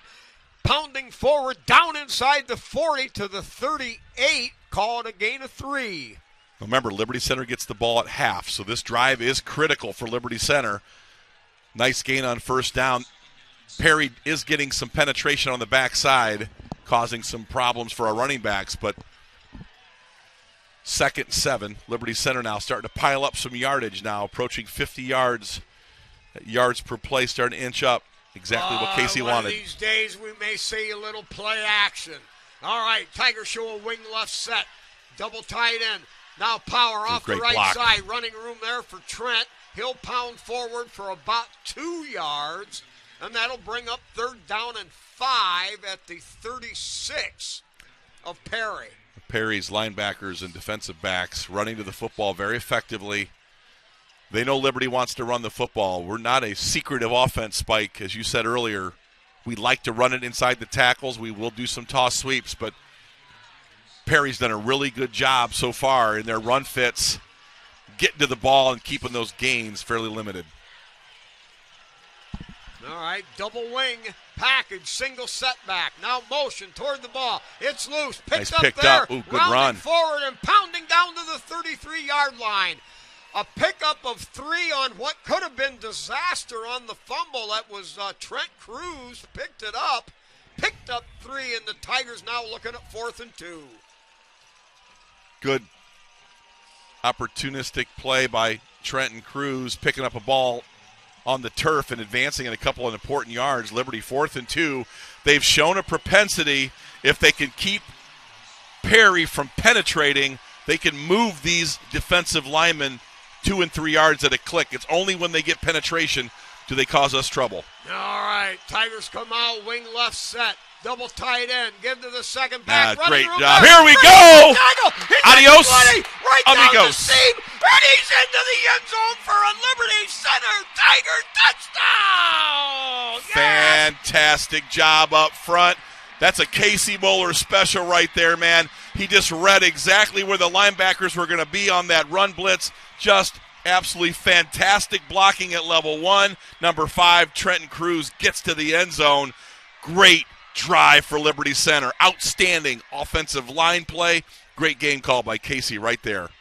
All right, here's Rosebuck. Good snap, good hold, line drive kick on the way.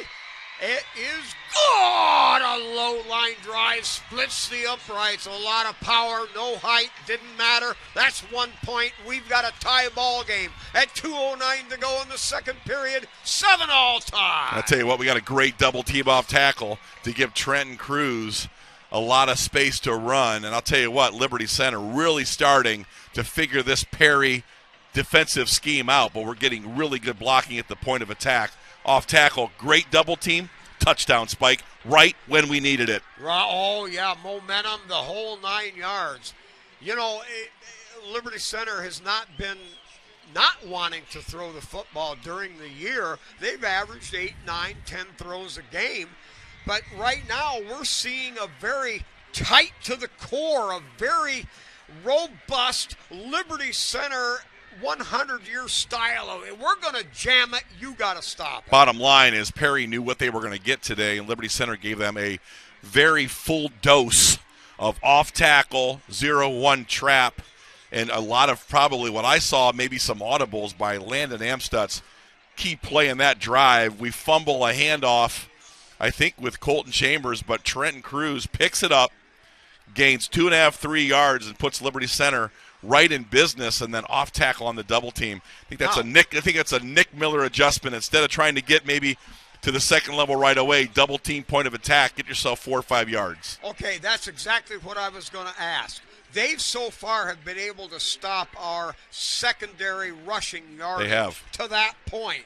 And all of a sudden we bust through. You make the great point there, and that explains it. Well, bottom line, I think what we're trying to do is we're trying to get that initial 3 or 4 yards. That's why we double. But they can climb to that second level. But I also think Perry's taking some chances on some run blitzes. They're certainly starting to sneak up to that line of scrimmage from the safety and cornerback position. You've seen a lot of Perry's defensive backs in these tackles, Spike, and you alluded to it. Maybe a little play action in this playbook coming a little bit later. Down the road. I think somewhere down the road, but this was a huge score for Liberty, a great answer.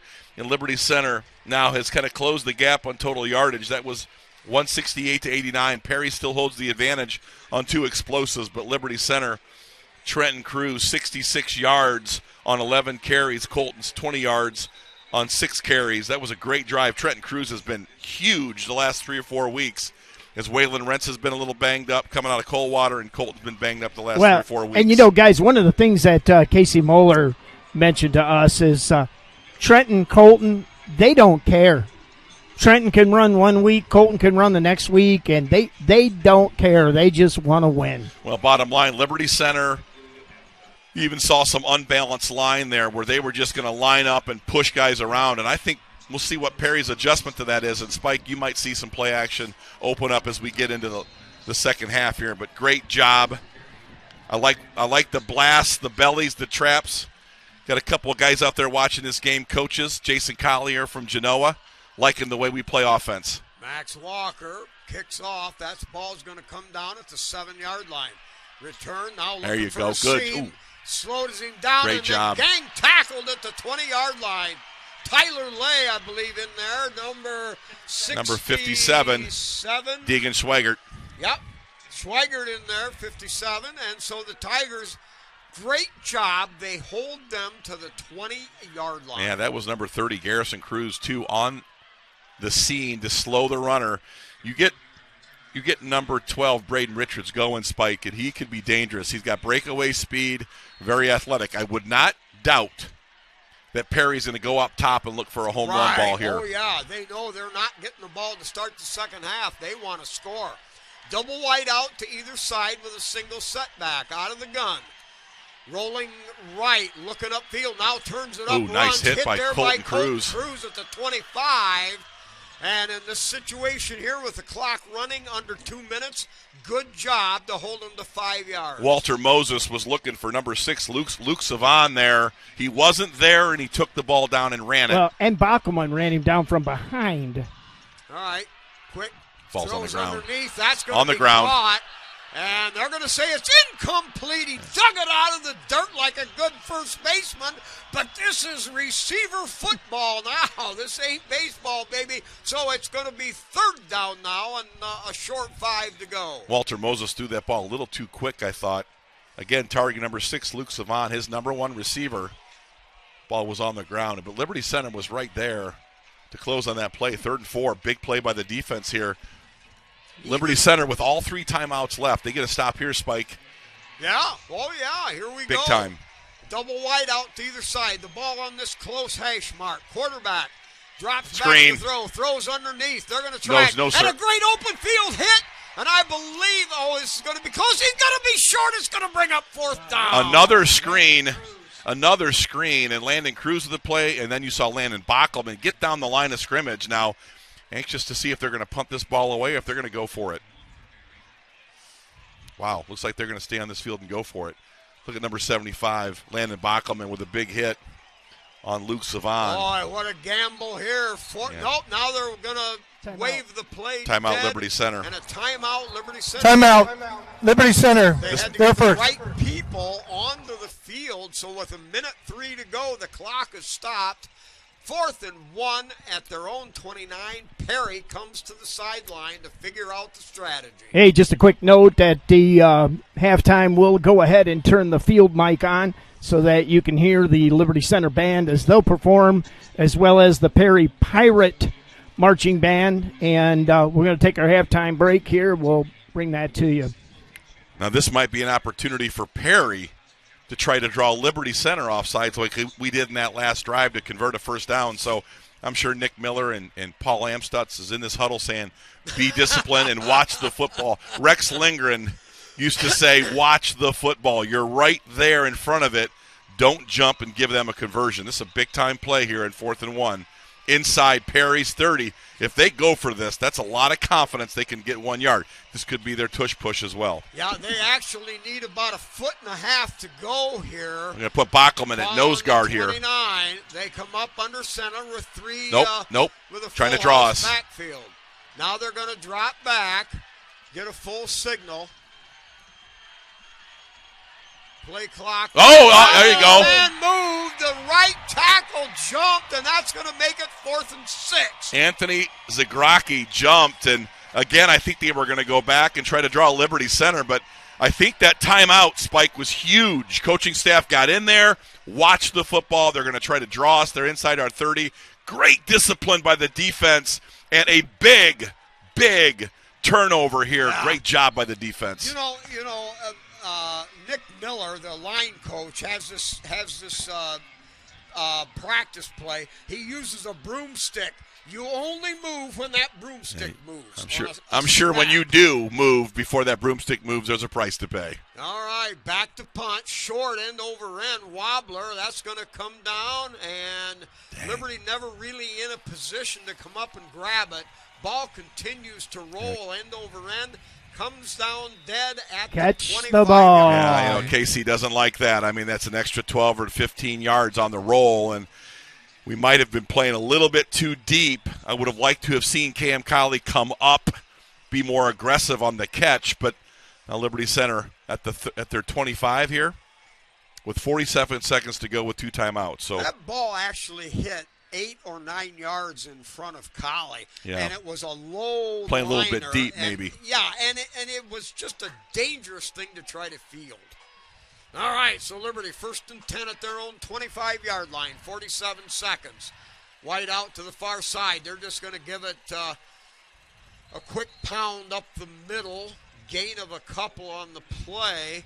And the clock running now down to 37. I think Liberty Center, knowing they're getting the ball back, will be content to run the clock out. Tell you what, our defense really stood up on those last few drives from Perry. You know, these kids didn't panic, Spike. These seniors, these guys did not go into a shell. They got beat down the field a couple times. We knew that was going to happen. We knew Perry had that kind of ability, and that kind of explosive play. But, man, Liberty then got it back together, stayed disciplined. That's something that Casey's talked about. Patience, discipline, maturity, and that's what that Liberty Center team looked like the second half, especially in the second quarter. Excellent second quarter by Liberty Center right there. All right, clock runs out to all zeros. The teams head to the locker room at halftime here in the 2023 Division V State Championship game. It's Liberty Center 7 and the Perry Pirates 7. And we'll be back. All right, we're going to turn on the field mic so you can hear the bands, and we'll be back after this.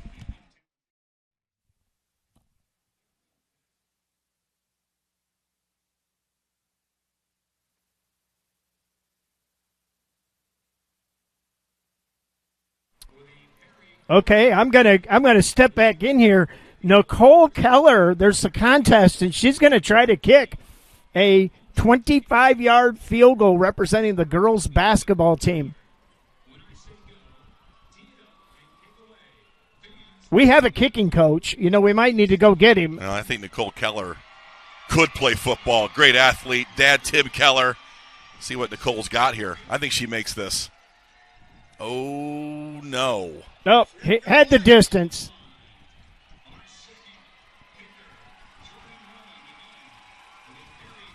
This was a Perry. Yep, Perry Pirate. girls soccer player now. Uh-oh.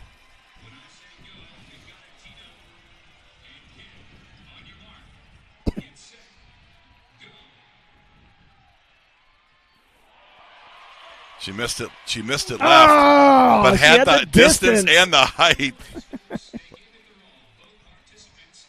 Wow. I like having Nicole Keller kick that because Tim Keller was a phenomenal linebacker from 85 to 89 or 88, the 88 season. Nicole's a great powder puff player too, Spike. Excellent job by Nicole. All right, now we'll go ahead and we'll go down to the field, Mike, and we'll listen to the bands. It is. It's off. It's off. Yep.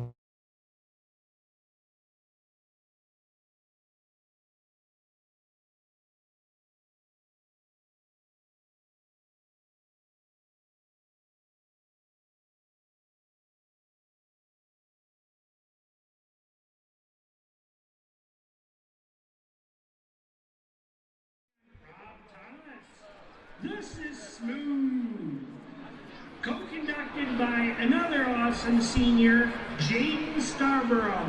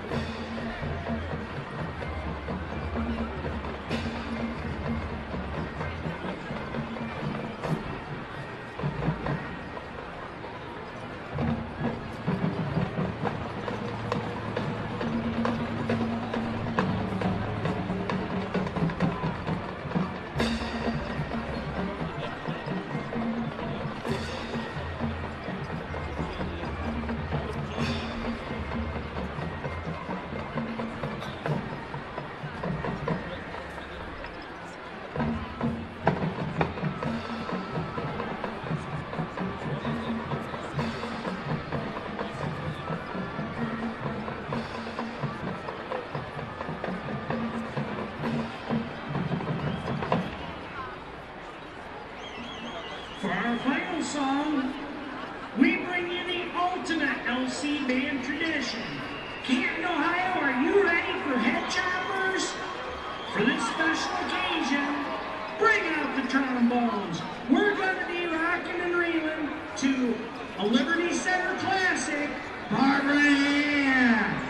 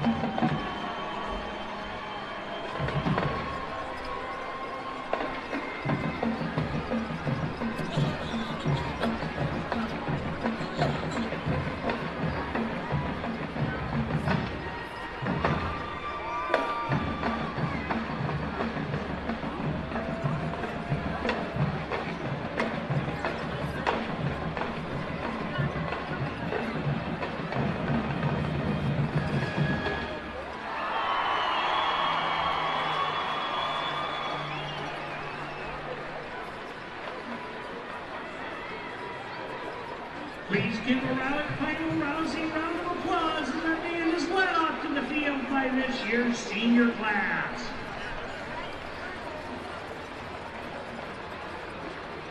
The marching Tigers are under the direction of Mr. Lynn Levin and assistant Bryce Draft Major and advisor Rachel Lewis. They would like to thank this announcer who chooses to remain nameless for announcing all year and send a special shout out to Liberty Center Music Boosters and the LC community for always being their biggest fans.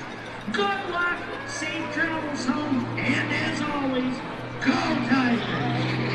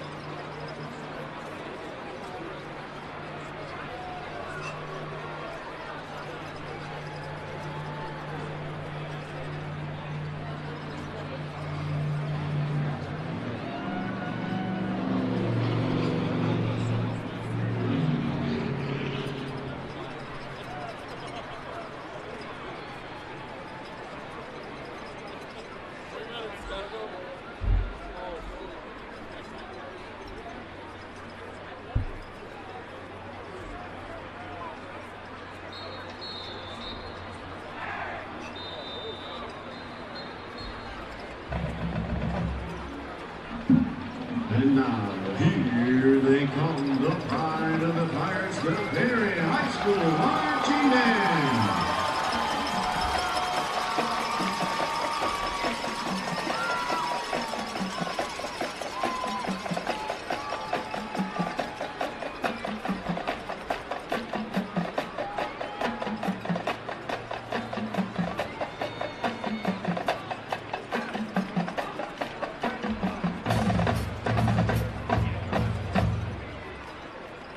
Today, we also feature music selected by our seniors, and we begin with a popular hit by Kate Bush. The song received renewed attention as it was featured on Stranger Things. We hope to keep the team motivated with Running Up That Hill.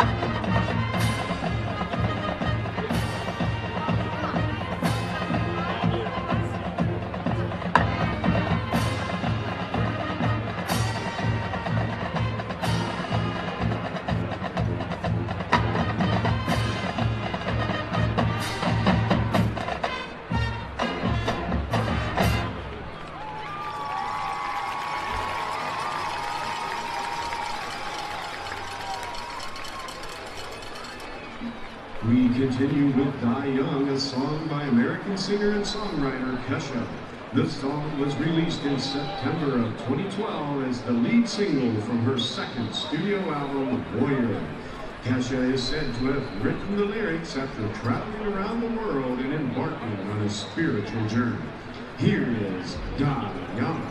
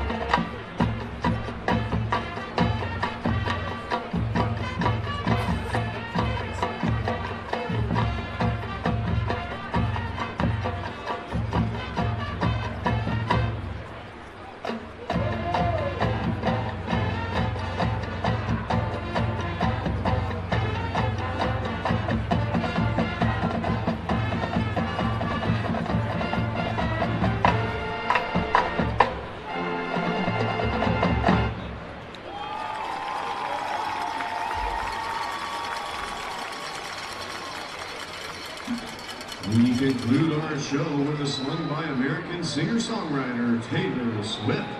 Shake It Off was released for digital download in August of 2014 and spent 50 weeks, including 4 weeks, at #1 on the Billboard's Hot 100 chart. The song tells of Swift's indifference to her detractors and their negative view of her image. We hope you enjoy our performance of Shake It Off.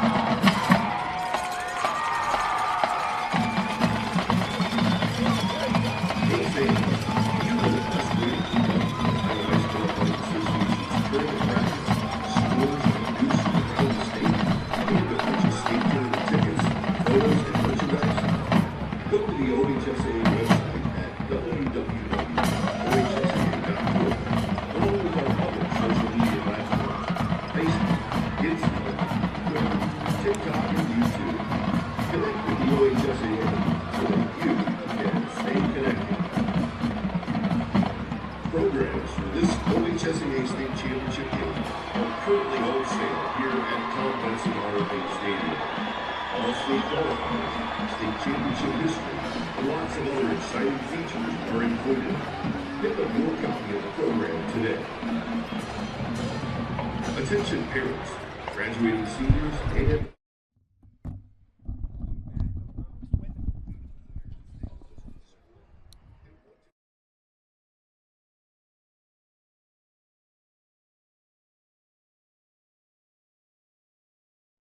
All right, we're back here, halftime at the Tom Benson Hall of Fame Stadium, the state championship game, all knotted up at 7. The Perry Pirates and Liberty Center going to fight it out in the final half, Scott. Well, I'll tell you what, that second quarter was exactly the script as to what Casey Moeller wanted to see. Win the line of scrimmage, win those blocks up front, 4, 5, 6 yards, keep pounding, and from the first quarter to the second quarter, Liberty Center showed a lot of grit up front. It was impressive. Here's some numbers from the first half. It was all Perry in the first quarter with the explosives, and all Liberty Center with controlling the line of scrimmage in quarter number 2. First downs, Liberty Center with 4, Perry with 5. Rushing yards, 20 rushes for 92 yards for Liberty. Perry, 14 rushes for 47 yards. Total offense, Liberty Center, 23 plays for 92 yards. And Perry, 22 plays for 177 yards.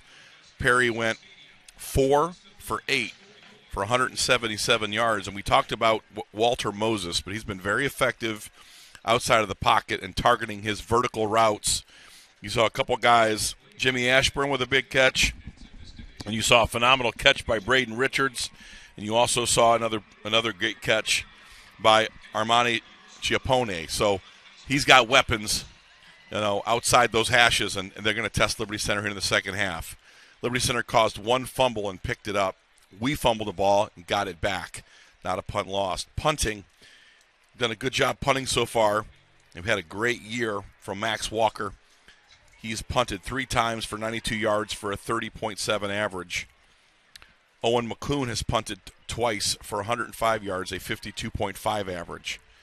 So Owen McCoon, 6 rushes for 18 yards. Walter Moses, 6 rushes for 24 yards. Liberty Center, Trenton Cruz leads us on the ground, 11 rushes for 66 yards. Colton Cruz, 7 rushes for 23 yards. Landon Amstutz, 2 for 5. Liberty Center, time of possession, and Spike, this was a big flip from the first quarter. They actually won the time of possession battle in the second quarter and now led it for the game so far in the first half. Liberty possessed it for 13 minutes and 16 seconds, while Perry possessed it for 10 minutes and 44 seconds. Perry wants to throw it. Liberty wants to run it. Liberty gets the ball here coming out in the second half. This is a very good time for Liberty's offense to put another score on the board. Right. Liberty's averaging just about 5 yards a carry. That is huge in itself. Perry averaging 3 yards a carry. Yeah, they throw the long bomb. Well, one of them was a legitimate burn. The other one was a 50-50 ball. Our defensive back had great coverage. The kid made a Saturday afternoon grab. So I like Liberty Center's chances. They're going to come out there and continue to grind. I'm just waiting for that special time when they go with that special play. The play action. Well, you talked about play action. As Liberty Center continues to pound the ball off tackle, pound the ball in the traps and dives, you're going to see Perry continually sneak those safeties and those linebackers ever so close to the line of scrimmage, and that's when you can pull that thing out, little play action pass, and get your boot pass down the field. But I'll tell you what, Landon Amstutz has done a really good job. That fourth down, drawing Perry off sides was huge to keep that drive going. The fact that Trenton Cruz picked up a loose ball, a mishandle between Landon Amstutz and Colton Chambers, picks it up, gains 3, puts us in a spot to convert it.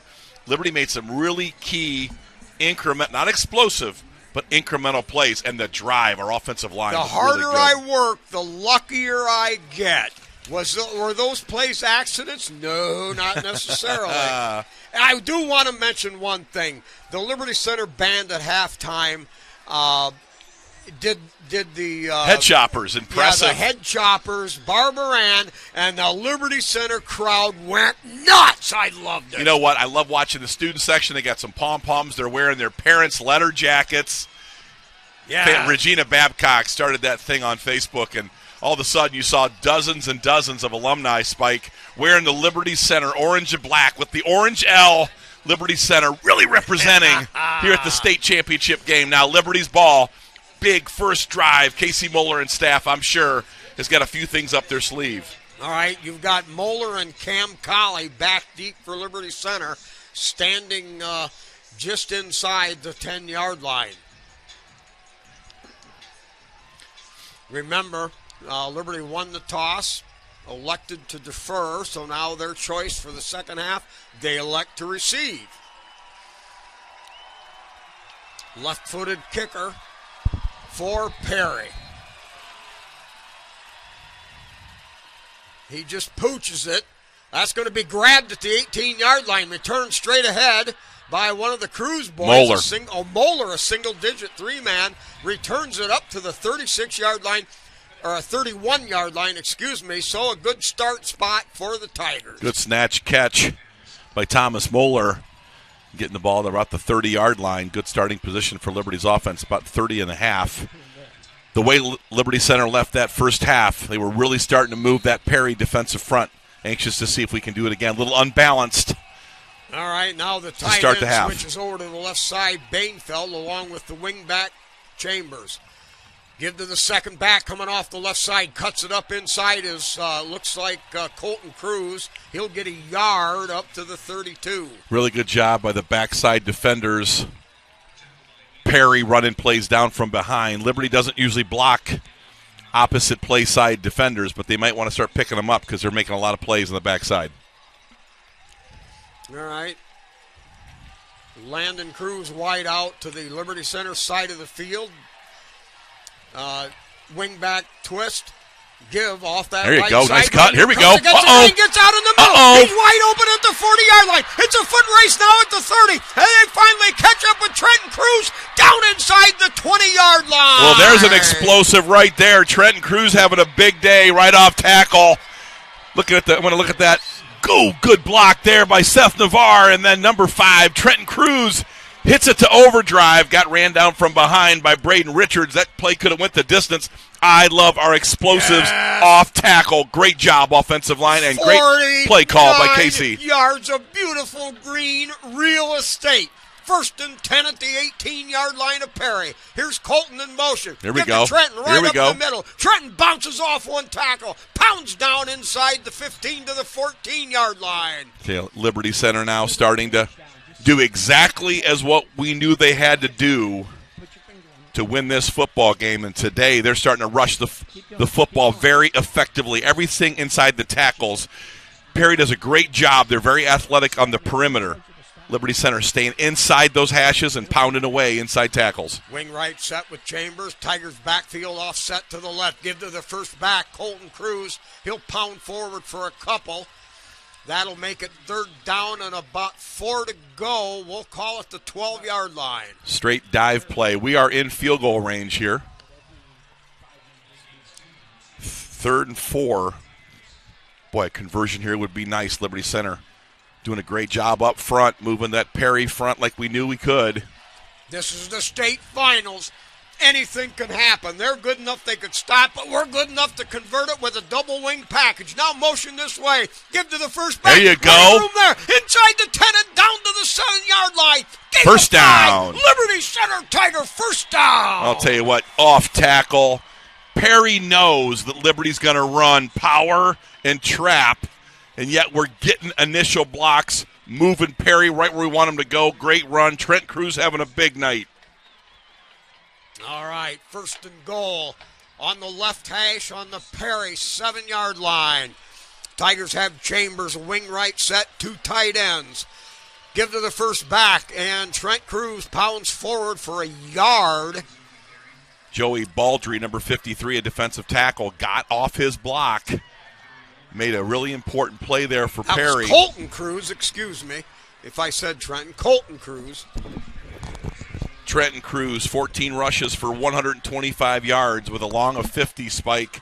Liberty starting to do some damage in the middle of the field. All right, 2nd and goal from the 6.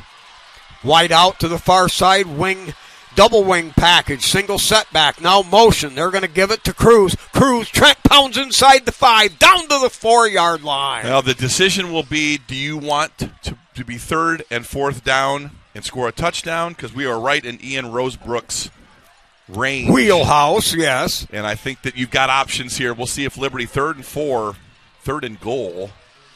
See if Liberty Center chooses to try to get 4 yards in 2 plays. I like that strategy. Touchdowns win football games, especially in the state championship game. So do leads. All right, here we go.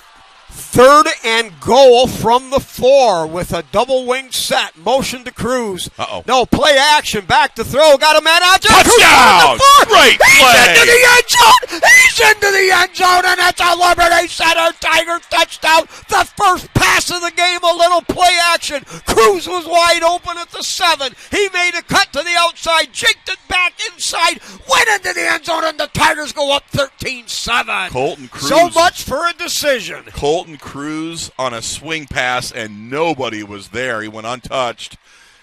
Great job by Landon Amstutz, delivered the pass, but that play was wide open and well schemed.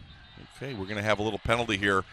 Offsides. I did not want to move Ian back 5 yards. So now Casey might take a look at this thing, and does he chase points? Yeah, it's on the. It's going to be offsides or encroachment. Yep. Now they're going to move the ball 5 yards, and Liberty's going to make a decision. Do they go for 2 here? Casey's pretty conservative. Dead ball. Encroachment. Number 0 with the defense. The penalties decline. Retry. All right, you gotta like that decision. We want the 1 point. We don't need to get a yard and a half closer. Let's do it the same. It's a high snap. Good grab by Amstutz. Hold down. Good. Kick is on the way. There you go. Oh! There you go, Liberty Center. First drive out of half, Spike. Pound until you find a seam. And Trenton Cruz just exploited it for a big explosive. And then, just like you talked about, a very timely swing pass off of play action. He was wide open. That is a big-time score coming out of the locker room. One thing to remember, Liberty Center has a lot of seniors on this football team. I believe we've got 14. Perry has 7, and this is their first trip to a game of this magnitude. Let's see if that coaching staff for Perry wants to be patient and work their offense, or they look to go up top right away. They want to exploit that, maybe that difference in talent and skill against Liberty's defensive backs. But Casey tightened up that coverage and really started to turn Perry over last 3 drives of that first half. So I think Liberty is starting to figure things out on the back end. Very good job, though. Yeah, in the by our playoffs, offensive line. In the playoffs, especially the last 2 games, Liberty Center has been a powerful juggernaut in the second half. The work ethic, the workouts, the entire program of conditioning, it pays off. And so now Liberty Center utilizes that to take a 14-7 lead. 8 minutes left here in this third quarter. Here's the kick. Low line drive. That's going to hit at the 10. There you go.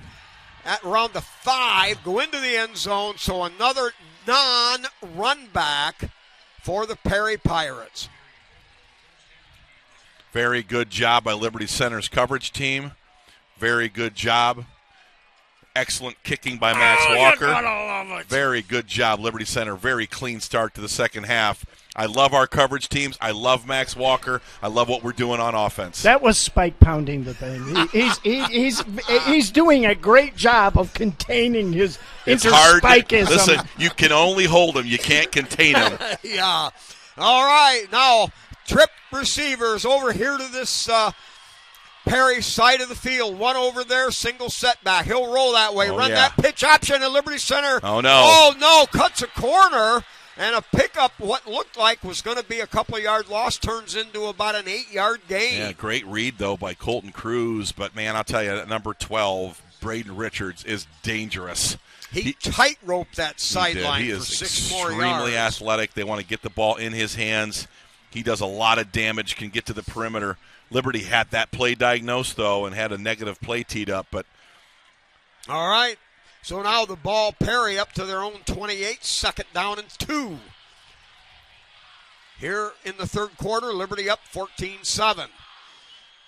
Out of the gun, throws underneath. Screen. That's caught. The running room there, breaks through 2 tackles and piles his way up across the 35, up near the 38. Yeah, real easy throw there to Savon. He was uncovered in the slot. Was that a breakdown in coverage? Well, I don't know. No one was there. I'm not sure exactly what the idea was, but the inside receiver was wide open. He didn't have to run the bubble, just get the ball to him, and that was an easy double-digit gain. All right, so it's a 1st and 10 on their own 38 for Perry. Trip receivers to this side. Wing back set to the left. Now throws underneath again. They're going to try to run that same play. A little spin move and bounces up across the 40 to the 42. Pick up a 4. Perry wants to get the ball on the perimeter to their athletes. They ran the ball early with Owen McCoon in the middle of the field, in between the tackles. Did not generate a lot of return. Now you're going to see them get the ball in the hands of their athletes outside the hash There's going to be marks. a pump fake in there somewhere, too. Well, yeah. There is always a pump and go on a 9 route. So. Yep, out and up. Okay. Second down and 6. Ball at their own 42 is Perry. Quarterback all alone in the backfield. Straight drop, 3 steps, looks over the middle. Got a man wide open at the 40, and that's caught.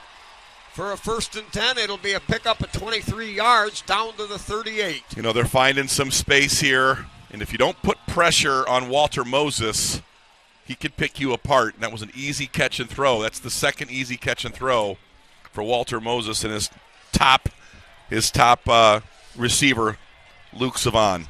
All right, they're spreading the field. Liberty Center's got to respect that. Quarterback all by his lonesome again. Wing right set, just flip-flop now with trip receivers to the wide side. They're going to throw underneath again. Play. That's caught. That's going to be a touchdown. Wide open at the 25. Down the sideline, it's going to be a Perry Pirate touchdown from 37 yards away. You know, I just don't know what we're doing on Luke Savon there. There's no one within 8 to 10 yards of him. I see that we've got Thomas Moeller in the vicinity. But, man, you're going to give him that kind of space. That was just an easy drive. And not sure what we're doing on that trip side to the field, but those were very easy throws and easy touchdown for Perry. A little surprised that we gave it up that easy. Okay, here's the snap. The kick for the extra point. It's up, it's good. 6:03 to go. That drive took less than 2 minutes. Yep. And at the 6-minute mark of the third quarter, we're tied at 14. Well, you knew Perry, Spike, wanted to get the ball to their athletes. They wanted to get the ball to the perimeter. And Luke Savon had a big drive there. And those were just easy throws. There was no one anywhere close to him. The other 2 wide receivers got easy blocks. And just no one really threatening that bubble screen. And Savon breaks one tackle or breaks one way, got to the outside, and just no one would touch him. So Liberty's going to have to reevaluate how we're going to cover that slot receiver because that was really easy. Well, and that's football's all about trying to get more men in one spot than they've got, and that time they took advantage. And all they're doing is throwing to the underneath man out of 3 receivers. Well, you can see it up here. We have a great angle. Right. Number 6 is sitting there in the slot, 2 receivers outside of him, and you can see that we've got Thomas Moeller within 10, 12 yards, but that's just an easy completion and just running free. So that's probably a good job by Perry scheming us out of some coverage. So we'll see what Matt and Casey come up with here in the next drive. And that's why this is the state championship game. Yeah, it only stands to reason that we're playing a good football team. Good coaching. But I'll let you know something, people. Perry Pirates are playing a darn good football team right along with it. All right, now it's Liberty Center's turn to answer. We've got these long breaks here, TV timeouts on Spectrum if you're watching and listening or if you're picking this up later on.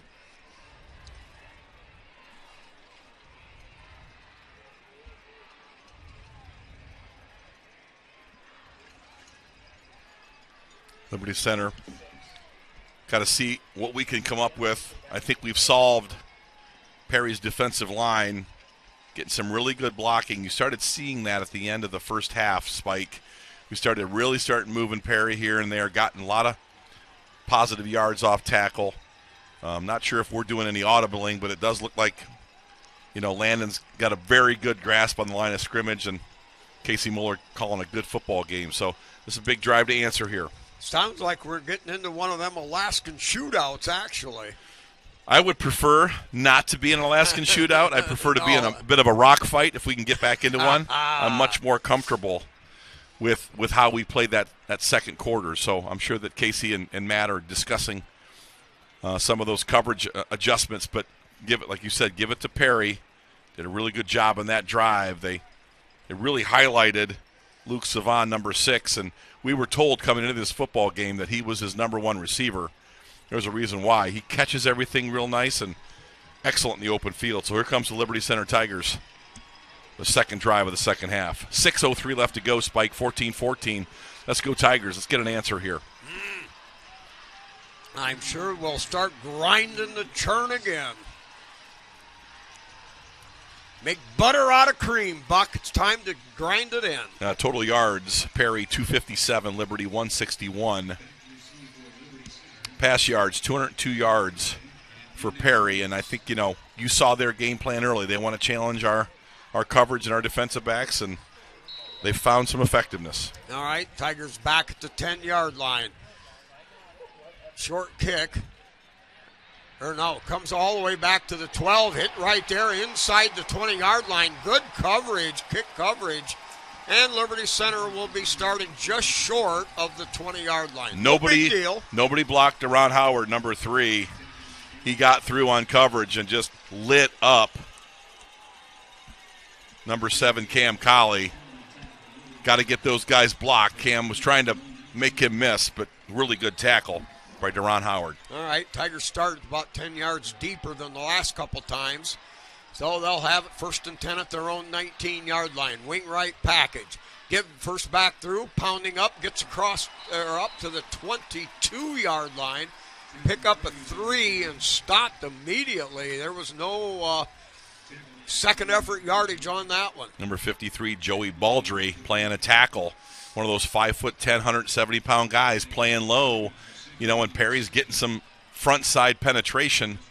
He got his paws on that running back and stopped that momentum, but Liberty was able to get 3 yards. All right, Tigers now show a wide out to either side with a single setback. Little wildcat here with Colton Cruz. Colton Cruz turns it up, pounds forward up to the 24-yard line. It'll be 2 more yards. Liberty looking at a 3rd down and 5 yards to go. They need to get it up to the 29-yard line. Baldry again, number 53 on the stop. We're struggling to block him. He's staying underneath us, getting off blocks and making plays at the line of scrimmage. We knew Perry's tackles were going to play low. Got to get our hands and shoulder pads and move those guys like we've done a couple drives consecutively. Here we go, big 3rd and 5, Spike. All right, wide out for Liberty Center. Cruz to the wide side, dropping back to throw, has time over the middle. That ball was tipped at the line of scrimmage. I missed that. Looked upfield, couldn't find anybody. But the pass rush got a tip on the ball. It's incomplete. And that'll bring up 4th down from their own Liberty's 24. Defensive end, 6'5", 210-pound Trent Taylor. Number 0, big reach, big tip. That was a big play because Colton Chambers was wide open in the flat, probably for a conversion. That was a big 3rd down stop by Perry. All right, their return people back at the 45. Line drive kick. That's going to be caught at the 42. Pins off 1 hit, and he'll get up to about the 45. A flag on the play. Oh. I think they're just marking it. I think that's a ball mark. Oh, yep. Don't see any flag. But nope, you're right. Perry doing a good job of getting away from that first Liberty Center tackler. Garrison Cruz was first on the scene, but struggled to wrap him up. Been a couple plays where Garrison's kind of overran that. Break that down, Garrison, to make that tackle. All right, with good field position at the 45, Liberty Center's defense needs to get this field turned around here. back to throw. Two-step drop, Going throws deep. the home run ball, got a man out there, well overthrown, incomplete. And Landon Bockelman introduced himself firsthand to the quarterback there. Well, there's another target for Luke Savon, number 6. They are feeling like that was their halftime adjustment. Get the ball to number 6. He's dangerous, good hands, and we've got Cam Colley matched up on him. That was a good job in coverage by Cam. We're tied at 14 with 4:18 to go here in the third period. Division 5 state championship. Oh, you gotta love it. What a great day for football. What a great game between two top teams. Out of the gun, trip receivers to the wide side. Wildcat. Quarterback on a keeper. That's going to be blown dead I like right that. away. Looks like it's a movement by the offense. Dead ball. False start. Perfect. Offense. Number 71. Second down. And Braden Richards again out of the Wildcat. You know, we put him in the Wildcat, number 12. You know, he's able to pick and choose, Spike, where he wants to run the football. A very effective runner. He sets up blocks really nice. Very dangerous out of that Wildcat. He'll be back in the Wildcat here again. All right, pivotal point here. Second. He 15. will throw the football, too, but he likes to run it out of the Wildcat. Trip receivers over here to the wide side. Second and 15 from their own 40. Now looks to run around the left side. Breaks one Touchdown. tackle, breaks another one, and he's going to go all the way from the 30 into the end zone. A 60-yard touchdown gallop. And now the Pirates have come back with 2 quick scores in the space of about 3.5 minutes, and they have taken a 1-touchdown lead. Another big explosive. This was something we worried about, and they are delivering. Big-time play. Ran to the short side. Liberty had 3 guys there and just didn't tackle the football. That's it. I mean, you can call it what you want. Got to be able to tackle a guy. That was 3 guys just blew a tackle right at the point of attack. Liberty's got to get him to the ground. He ran right through 3 tacklers. All right, kick is up, low trajectory, but splits the uprights good. 21-14, Perry leads our Tigers. 4:07 to go here in period number 3. Perry has just put a major emphasis on getting their best players in space, and they have done an effective job here those last 2 drives. And you knew Braden Richards, number 12, was going to be dangerous, and he ran through 3 Liberty Center tacklers, and that is rare. Liberty is such a good tackling team, but Braden Richards is just a phenomenal athlete, and he's enjoying himself, watching himself on the big screen. Running through tackle, scoring touchdowns. Liberty's going to have to answer here. Spike, need a touchdown, because Perry has found a formula. Well, what the Lord giveth, the Lord taketh away. It worked a couple times. Liberty Center had a couple of good offensive drives. They made that work. Now the pendulum swung. Now you're out there. This is the game. You make the game. You make that so-called pendulum swing back your way. You make it do it. Well, the best way to do it is to put together one of those Liberty Center signature drives and keep the ball out of Perry's hands, because they've got major mismatches and advantages on the perimeter. Here we go. All right, back inside the 10-yard line. High kick comes down back at the 4-yard line. Return up the right hash mark. Looking for a seam. Breaks through 1, pounds forward, and up across the 30-yard line to the 32. Good return. Liberty Center setting well. Good to see Cam Colley back, fresh, coming off a game where he was banged up at Coldwater, and like to see him in the return game, Spike. He's one of our top athletes. I think he has 4 touchdowns on punt and kickoff returns. Excellent. Secondary player, Cam Colley. Good to see him healthy. All right, now Liberty Center comes out. They'll show Landon Cruz wide to this side of the field.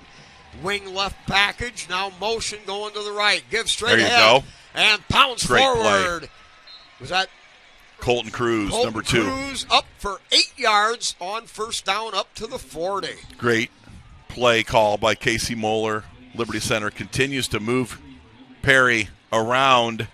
When you run vertically right at them, they're much more effective than running away from them. I like those vertical running, Yes. those dives, those traps straight in the teeth of that defense. All right, officially 7 yards, 2nd down and 3 at the 39-yard line.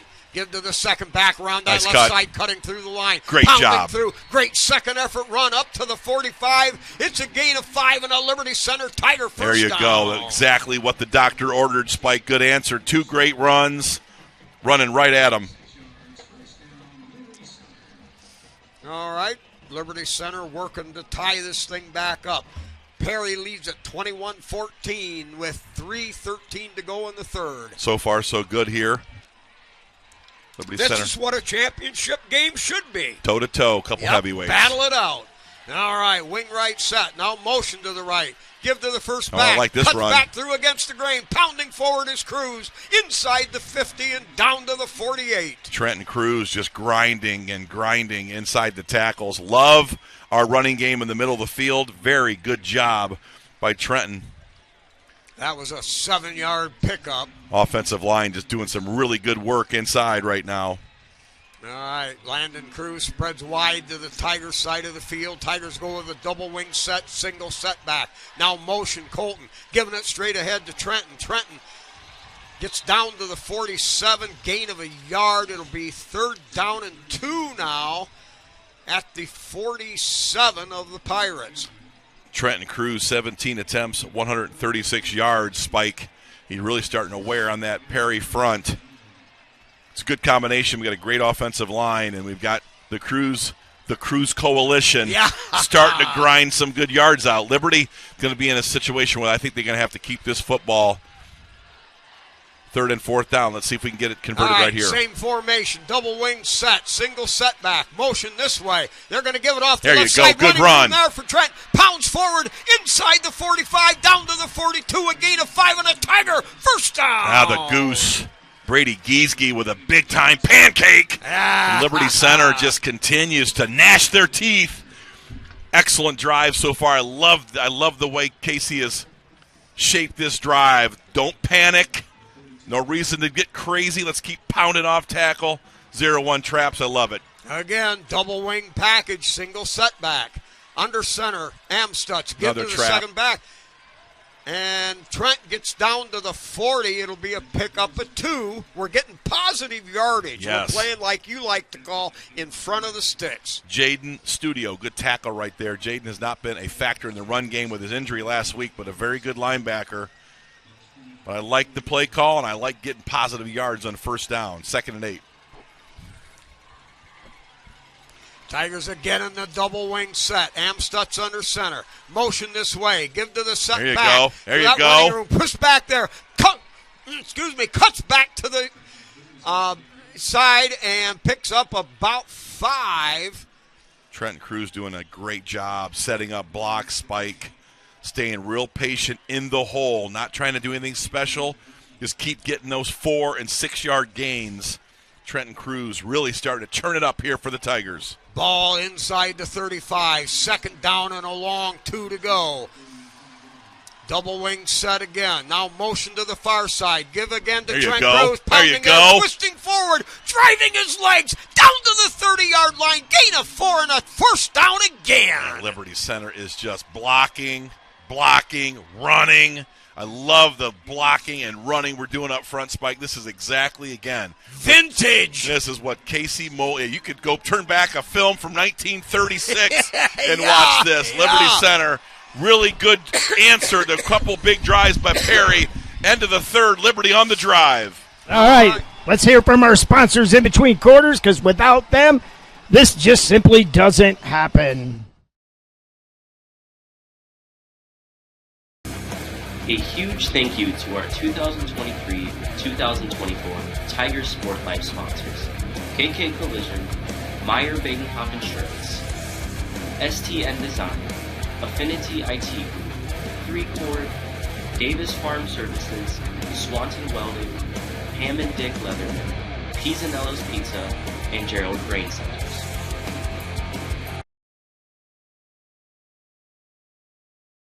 Stadium, Liberty Center driving here, beginning of the 4th quarter. It's the Perry Pirates 21, Liberty Center 14, but Liberty on the move. I love watching Trent Cruz spike. So far, 23 rushes for 161 yards. Wow. That's exactly what Liberty Center wanted to do. 204 yards of total offense. Liberty Center starting to really pound that running game. Perry has 317 yards, largely on big explosives in the passing game. You just knew that Liberty Center, if they could get that line of scrimmage established, right, you just knew they could run clock and be patient. Again, there is no panic on this coaching staff. They knew exactly what they had in this matchup, and they are delivering on their game plan. Oh, I couldn't have said it any better if I'd have scripted it for a week. That way, Buck. Well, Perry's done a great job on their pass game. We knew they had good players on the perimeter. Spike, I'm sorry. Well, you just interrupted me. They're doing a great job in the passing game, Mark. What'd you have to say? Spike, I've seen you try to read a script. That don't happen. Spike is an off-script guy, man. He creates the script. We cannot say scripted presentation and Spike Whitman in the same paragraph. Yeah, if you ask Spike to read off a script, he might throw it out of the press box. Are you saying I couldn't dot the I? No, you could dot. You dot somebody's eye if you gave him a script to follow. Spike, you would dot I's that weren't there. Maybe. All right, Spike, you got to like what you're seeing here. Fourth quarter, Liberty Center tuning up the running game. Our offensive line, game call for Casey. I got to believe that Nick Miller, Paul Amstutz got to be real happy. Ryan Miller with the way we were blocking and driving. We're on their 30. I like where we're at right now. All right, yeah, this has been vintage. This is Liberty Center football for the last 100 years. They're doing it to perfection. This is what makes a great program. The capability, the confidence in the team confidence in the coaches.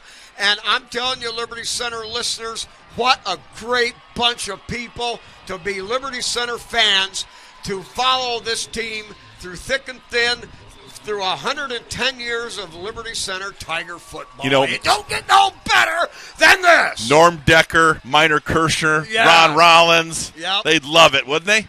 All right, 1st and 10 at the 30-yard line. Oh, straight dive, nice play. Pounds forward, spins, and picks up about 3 toughies down to the 27. I tell you what, I love those dives, attacking those ABC gaps right off the tip. Colton Cruz has not been that healthy. That's why Trenton's got the bulk of the carries, but it's good to go off tackle with that halfback a little bit once in a while to keep him honest. All right, give Perry some credit here. They have done well to stop Liberty Center to 3, 4, and 5-yard gains as opposed to the big boys. So this has been a real cat and mouse match. All right, double wing package. They're going to give it straight ahead. Go. Colton spinning. Tough running. Trenton spinning, bouncing, pounding down to the 26. That's going to make it 3rd down and 4 yards to go. Relentless offense. I tell you what, I love 3rd and 4. You can get first downs out of 3rd and 4 in 2 plays. So I like what Casey's doing. Stay ahead of those chains. Stay in real patient inside the tackles. I've said it 100 times. This is the game plan Casey wanted. It's been very effective. Here we go, 3rd and 4. Big time conversion opportunity. All right.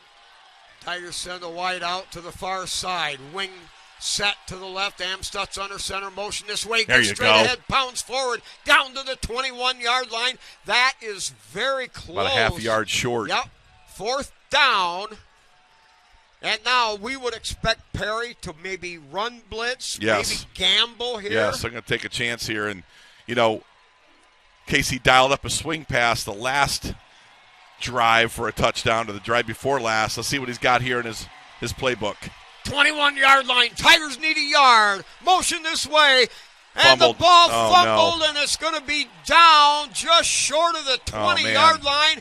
Oh, no, and Perry will take over at the 21-yard line. If he's got it in his gut there, he's got that first down. That is just unfortunate ball handling. I want to see that. That hasn't happened. That sort of an exchange. Only a couple of times all year long. Yeah, I think Landon got it in there too, and Trenton just didn't secure the football. And he had that first down too. It was going to be a first down and at the 20 or 18. All right, well, That's what it is. There's still plenty of time, 10 minutes left. Liberty's got to be very cognizant of Perry going up top. They are going to test our defense right now, and Liberty Center's defense right now has got to stand up. Yep, time to make a play, guys. All right, they send that trip receivers again to the wide side.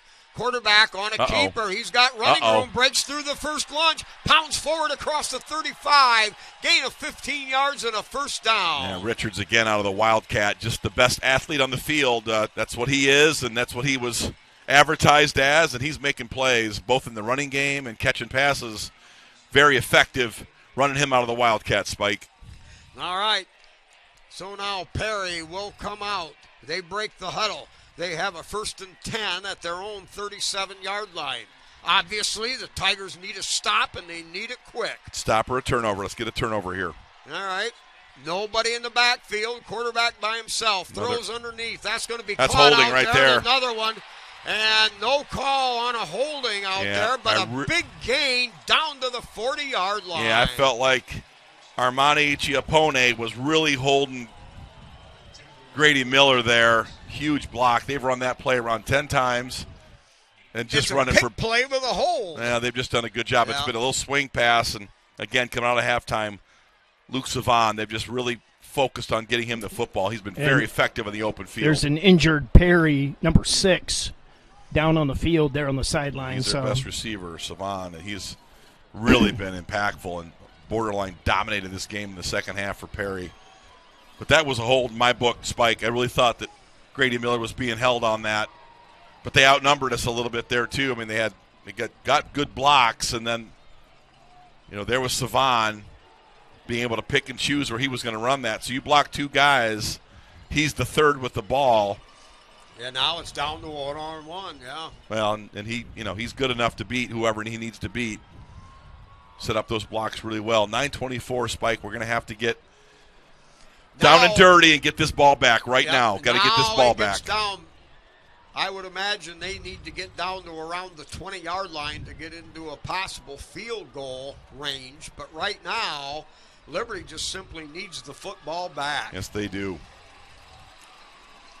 Tigers need a come up with some kind of a defensive gem, tipped pass. They've done it all year, Spike. When the team has needed a play, the defense has come through. And if there was one time this season that we needed a play, it's this one right here.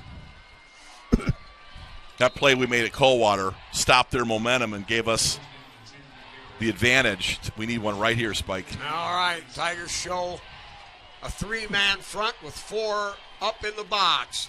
Out of the gun, let's go run it. And gets to the line of scrimmage, nothing, maybe a yard on the play, and that's it, up to the 40-yard line. So that'll bring up 2nd down and 9. Yeah, good job by Stephen Brogan. Essentially, when they run Wildcat, Spike, they're saying, my guys, hat on hat, will block your guys, and that I am better than the rest who remain. And that time, Liberty won that snap. Really good job. And they're going to continue this Wildcat. They believe they've got an advantage with number 12 with the ball in his hand. All right, Brogan's in the lineup now for Liberty, and they're in the middle.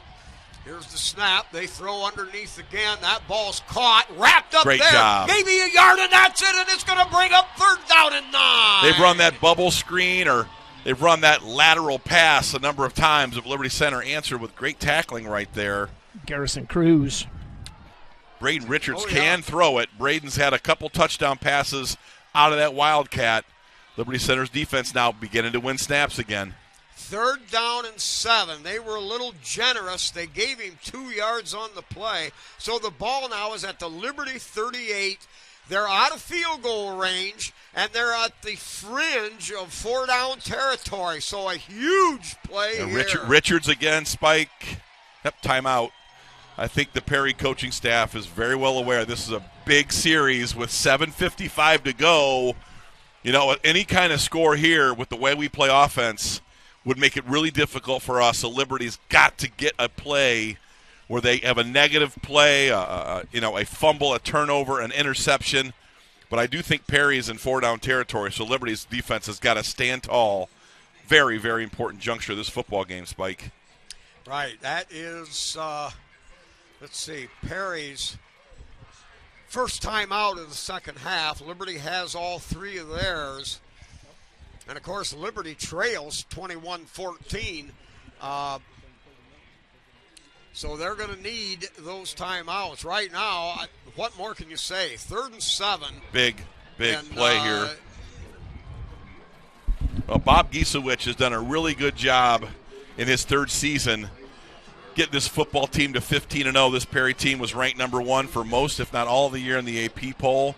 I think they finished with 13 first-place votes. Liberty was number 2. So this is truly a heavyweight 1 versus 2, 2 undefeated, 2 great programs going head-to-head. And it is the only division where the number 1 and number 2 is playing each other. Yeah, Division 5 was a war this year in all regions. Boy, these are long timeouts. These are the TV timeouts. So welcome to broadcast TV here, folks. I don't know that I mind giving our kids a good blow. Yeah. And I think the more our coaching staff coaching them up, you see Eric Weimer down there, a lot of encouragement. You know, you're seeing Casey, seeing that entire staff, Ryan Miller, Nick Miller. They know the importance of the next 2 plays. Boy, I'd love to see a tackle for loss here. Landon Bockelman, call his number, dial something up here. Yeah, and we're still in an extended timeout break because of the TV guy down there. So, yeah, let's go ahead. We're going to run our sponsors one more time during this TV timeout.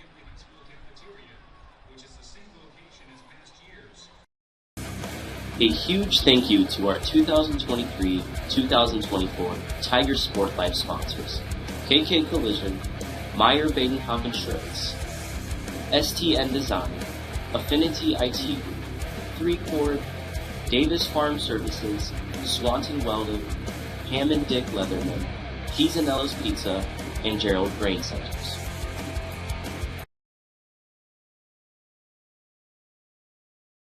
You know, can we do TV timeouts at Tiger Sports Live? You know what I want to see? I want to see Spike Whitman just completely carry a TV timeout with his own commercial. There you go. The Saccharino sweatshirt on sale downtown Liberty Center. All right, here we go. 3rd and 7 at the Tiger 38. Out of the gun. M sweep coming this way. Looking for good running job. room. Excellent no way, job. Baby. No gate on the play. It's going to bring up 4th down and 7. I thought Colton Cruz made the play there. Great run fit. Forced him to slow up a little bit.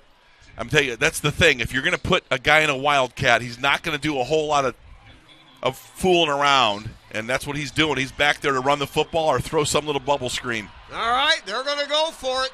4th and 7 at the 38-yard line of Liberty Center. Out of the gun, rolling right. Oh, Bakke got held. Field. He's firing long.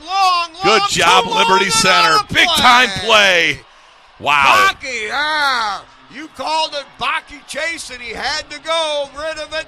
And Liberty Center with the ball at their own 38-yard line. You know, I've seen Braden Richards, Spike, throw those bubble screens in those little swing passes. I've never really seen him try to throw the ball 30, 35 yards. That was very inaccurate. He did not look that comfortable throwing it vertically in Liberty Center. And Liberty Center, great coverage right there. And we have number 6 again is down for Perry on the far sideline. He was the intended receiver. Well, Cam Colley with the blanket. Yeah, Cam has really picked it up here against Luke Savon, and I'm not sure if it's Sivan or Savon, but I've been saying Savon all night long. Oh, I like Stick Savon. with it. It sounds more. All due respect Yes. to Luke, he is a heck of a football player, and not sure if he's got a cramp over there, if they're looking at an ankle, from the but French Chardonnay. he is. He's had a big second half, but that time, you know, if you want to give the ball to Braden Richards and run the ball outside, you know, the tackle box and let him go create something, that's one thing. But if you're going to put him on the run and want him throwing 30, 40 yards down the field in hopes he can make an accurate pass, that's a chance. That's another thing. Yeah, that's a chance I'm willing to take if I'm the defensive staff at Liberty Center. Matt Bryan had to feel really good about that matchup. Liberty did a great job in those last 2 plays, 2 Spike or 3 plays where we just did a great job of shutting him down. All right, now Liberty coming out on the field. This is First it right here, 10 man. From their 38-yard line, 7:19 left. What more do you want? This is the Love it. championship game. Liberty Center's on offense. They're going to make or break them right here. Liberty Center Tigers have got a chance to win this game. Xander Zeiter at tight end fullback. left. Wing right set. Another fumble. They Amstutz Good Lord. has nowhere to go, and he's going to lose 2 yards. That's 2 fumbles on 2 plays. Well, that is 3 fumbles in a game. I'm not sure that I've seen 3 fumbles all year. No. That is just very uncharacteristic for Liberty Center. And I'm not sure if that was a snap or if that was a mishandle. But, man, Liberty Center. It was never handed off, never even came close. This is not a time to be coughing up footballs here with 6:50 to go. All right, Tigers come to the line of scrimmage, 2nd down and 11, single setback is Zeider. They're going to give it, no. Zeider wide open. Rolling out, got a man out there, couldn't catch. Oh! Well, he was wide open. Open at the 45-yard line. Ball might have been a bit behind him, but now Liberty Center faced with a 3rd down and 11 yards to go. I like seeing that. At the 45. Tyler Lay, Colton Cruz really giving him some encouragement. Boy, that was a great play they drew up. That was going to go for big yards. You're right. That throw was a little behind him, but he did put 2 hands on it. Yep. 3rd and 11. Here we go. All right, Tigers still alive. They show a double wide out here. 1 to the far side. Amstutz out of the gun, and we've got somebody moving. Giesge and Navarre both moved. Man, oh, man. 3rd and 16 with 6:38 to go. Offense, number 55. Wow. 5-yard penalty. We've only had, 2, 3 penalties all day? Not many. We haven't had 3 fumbles, I don't think, all year. We got 3 in this ball game tonight. That was a big penalty. 3rd and 16 inside our 35. Wow. Not what I expected here. All right. Well, hey, forget it. It's over with. Liberty got the ball in their 32. There's still 6.5 minutes to go, and Liberty has all their timeouts. Need a conversion here. All right. Look for Colton Chambers Tigers here. Need to get the ball to the 48-yard line. Rolling right. Throwback. There it is. Now They go. Got a man He's there. got him. Get to the sidelines. He's Go. Go. Tries to cut it outside. They catch up with him at the 40-yard line. Pick up a 7, but that'll bring up 4th down at the 40 and about 7 yards to go. Dom Lamachi. Great rundown right there. Good play design by Liberty Center. Boy, I thought that play had a chance if he had got to the boundary. Yeah. Good play call, Last man there. Oh, yeah. All right, so now Liberty Center back in punt formation. Clock running at 6 minutes.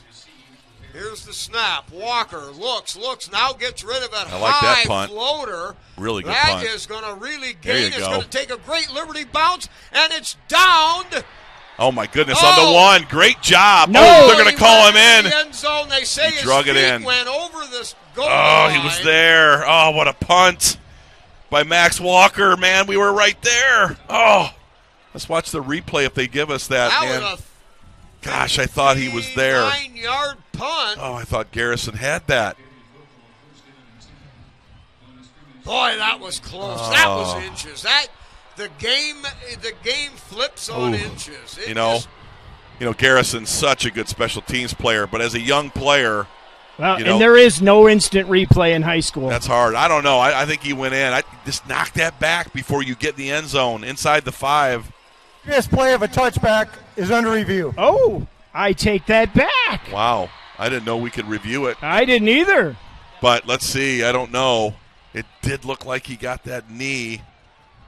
See, right there, just knock that ball back. Okay, right there, it should be down. Should be on the 1.5 because he possessed the ball and his knee was down, Spike. I don't know if they're going to say his knee was down or not. Right there, it's down. I think they're showing it to you. Yeah, he had our back. We had the back to us. I didn't know that he had possessed the ball, but he did. That ball should be down at the 1.5-yard line. Actually, maybe even the 1-inch line. Boom. I mean, he was down. The knee was down.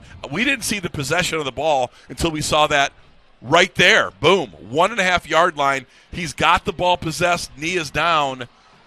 Wow, that is a big-time play. I think they're going to reverse this and that is big time. That changes your entire perspective on they're moving the ball. Position. Great job. It is. They reversed it. Now they're probably checking the clock. Tiger fans. Yeah. Woo! Wow.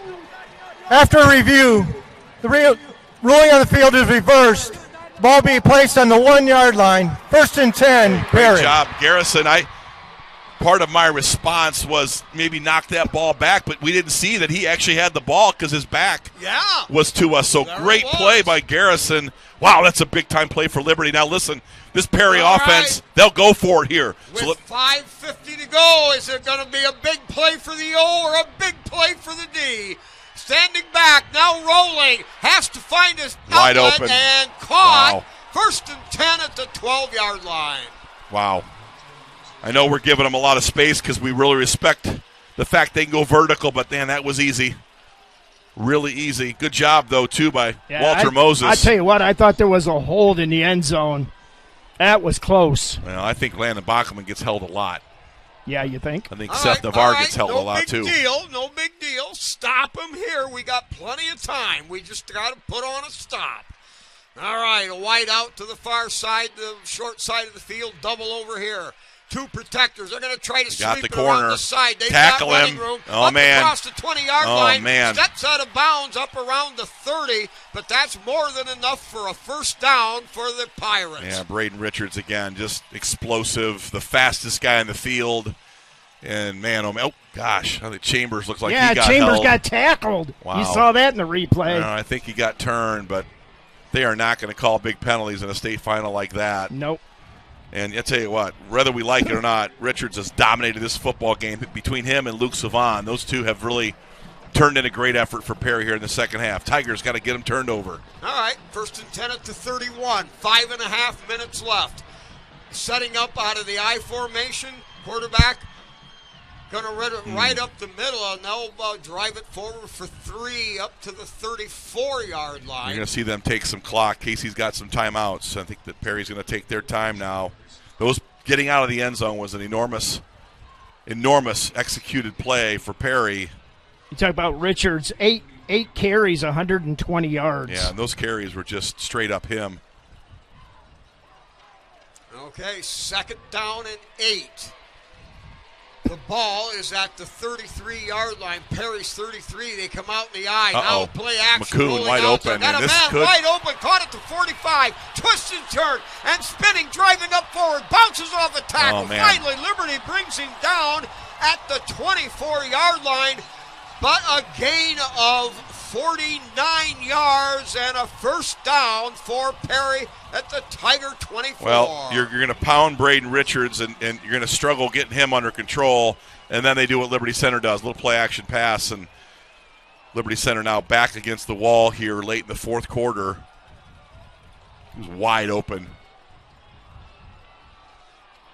Again, Perry, just an elite offensive ball club. When this thing is over, the number of yards they would have gained is going to be big time when we look at the final stats. All right, trip receivers to the wide side. Quarterback's going to keep it, finds a seam, but cut off there quickly by Bainfeld. Maybe a yard on the play, and that's it. Yeah. Boy, the Tigers need something here in a hurry. Turnover. You know, they're going to run the football here a little bit and let this clock run. Casey's got his timeouts, but wow. Perry really has done a great job of expanding their playbook and doing a lot of damage against Liberty here in the fourth quarter. All right, the game doesn't end at 56 minutes. We got 4 minutes to go. Liberty Center's defense needs to rise to the occasion. Out of the gun with trip receivers to the far side. Wing package to the left. Out of the gun. He's going to keep it up the middle. Good play. He'll pick Good up job. A couple yards, and that is it. That'll bring up 3rd down and 6. A nice-looking play by Seth Navarre right there, point of attack. There's a timeout, I think, is it? Timeout by Liberty? Timeout, Liberty Center. Yeah, good timeout by Casey, 3rd and 8. I'm not sure their field goal kicker has this kind of range, but Paramount, absolute, they stop him right here on the 22 and force that 4th down. I'd love to see Matt Bryan dial up a tackle for loss or something on a run blitz and get them to turn this over. Liberty's defense has been elite all year long. See if we can get a turnover or a stop here, Spike. This would be big time. All right. Teams break the huddle. This isn't one of those standard TV timeouts. We're getting back to the field a little quicker. Walter Moses tonight, 9 for 14 for 219 yards. And we talked about Braden Richards, 10 rushes for 122 yards. Here we go, Liberty. big-time opportunity to stop them here. The ball on the Tiger 22, 3rd and 8. They line up trip receivers to the far side, double over here. Nobody in the backfield with the quarterback. No, 5 wide. Zero's at quarterback. Or 11, I'm sorry. 5 wide. Yep, 5 wide outs. Yep. Now looks to run a screen. A draw play. He'll pound down to the 16-yard line. Short of a first down, but it's 4th down and 1. Liberty calls their second timeout. Ooh, Stephen Brogan was close, got clipped a little bit on a block that may have been a hold in there, but there'll be no penalties. Liberty Spike, Center. Unless they're obvious. 4th and 1 here, or 4th and 2. You don't want to say it's the season, but it's a big-time play for Liberty Center right now. Yeah, and they went for it when they were on Liberty's 40 and did not convert earlier in this 4th quarter. Now Liberty just simply needs another stop. With Liberty's passing game that is there but just is latent right now in this form of the game, it's there. Liberty can move the football through the air. I'm not worried about that. It's just now this play. Liberty needs a big defensive wrap. Now, Perry has compiled 441 yards against Liberty's defense tonight. They are 2 for 7 on 3rd downs. We are 6 for 14. They've run 42 plays against our 49. So Liberty has done a lot of really good things, controlling the line of scrimmage. But there's a couple plays in this second half that we had to have that we couldn't convert on to give Perry this crack. Again, they're going to put Braden Richards again at Wildcat. Here we go, 4th and 2, Spike. Trip receivers to the wide side. He's back there by his lonesome. Standing back at the 22. The snap looks to run right. You're going to see a penalty. Motion. Procedure. Motion. That big time. Changes a lot of things. Now it makes it 4th down and about 6, 7. Dead ball. False start. Offense. Number 3. 5-yard penalty. 4th down. That's a great job, boy. You know what? I tell you what, that was going to be for some big yards. So really happy to see that penalty. Now it's 4th and 7. A whole different playbook here on 4th and 7. Yeah, that takes them essentially out of natural field goal range. That's correct. So it's 7 yards here. Liberty Center's going to get the ball with over 3 minutes to go. This is it. 21-14. Perry with the ball in the Tiger 21, 4th and 7. Well, you knew, as you called it, Spike, so adept.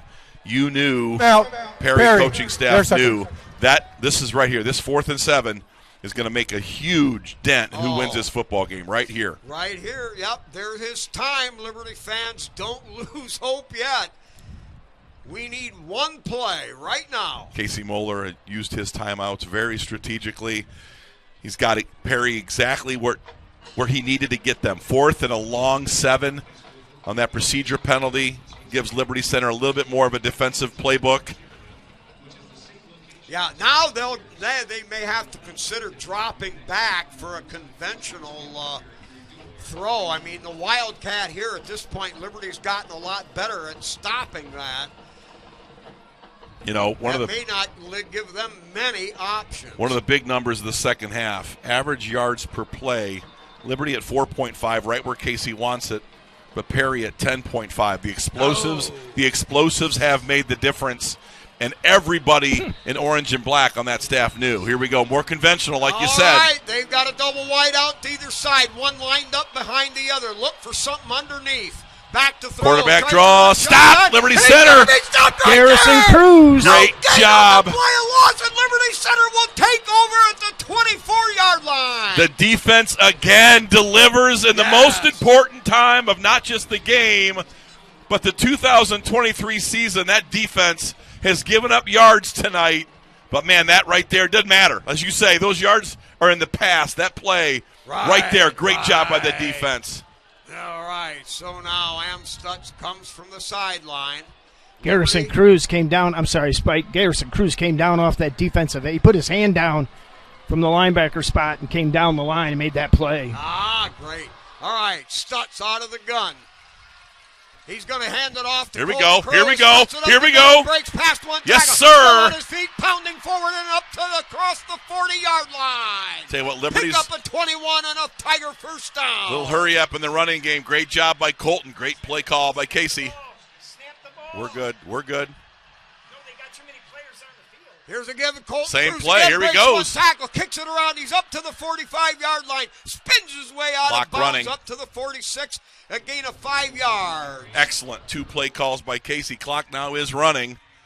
2:55 spike. Boy, this is what you This want is it. a state final Love game it. to be. Come right down to the wire. Defense makes a stop, and the Tiger offense now battling valiantly to come up with a big score. Landon Cruz out here. I like this matchup. Here we go.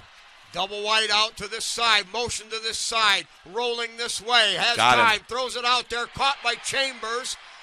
Short of the 50-yard line, it'll be a gain of 4, and the Tigers now with a third down with about 3 to go. Clock running at Mr. All 2:23. Everything, Braden Richards again, open field tackle.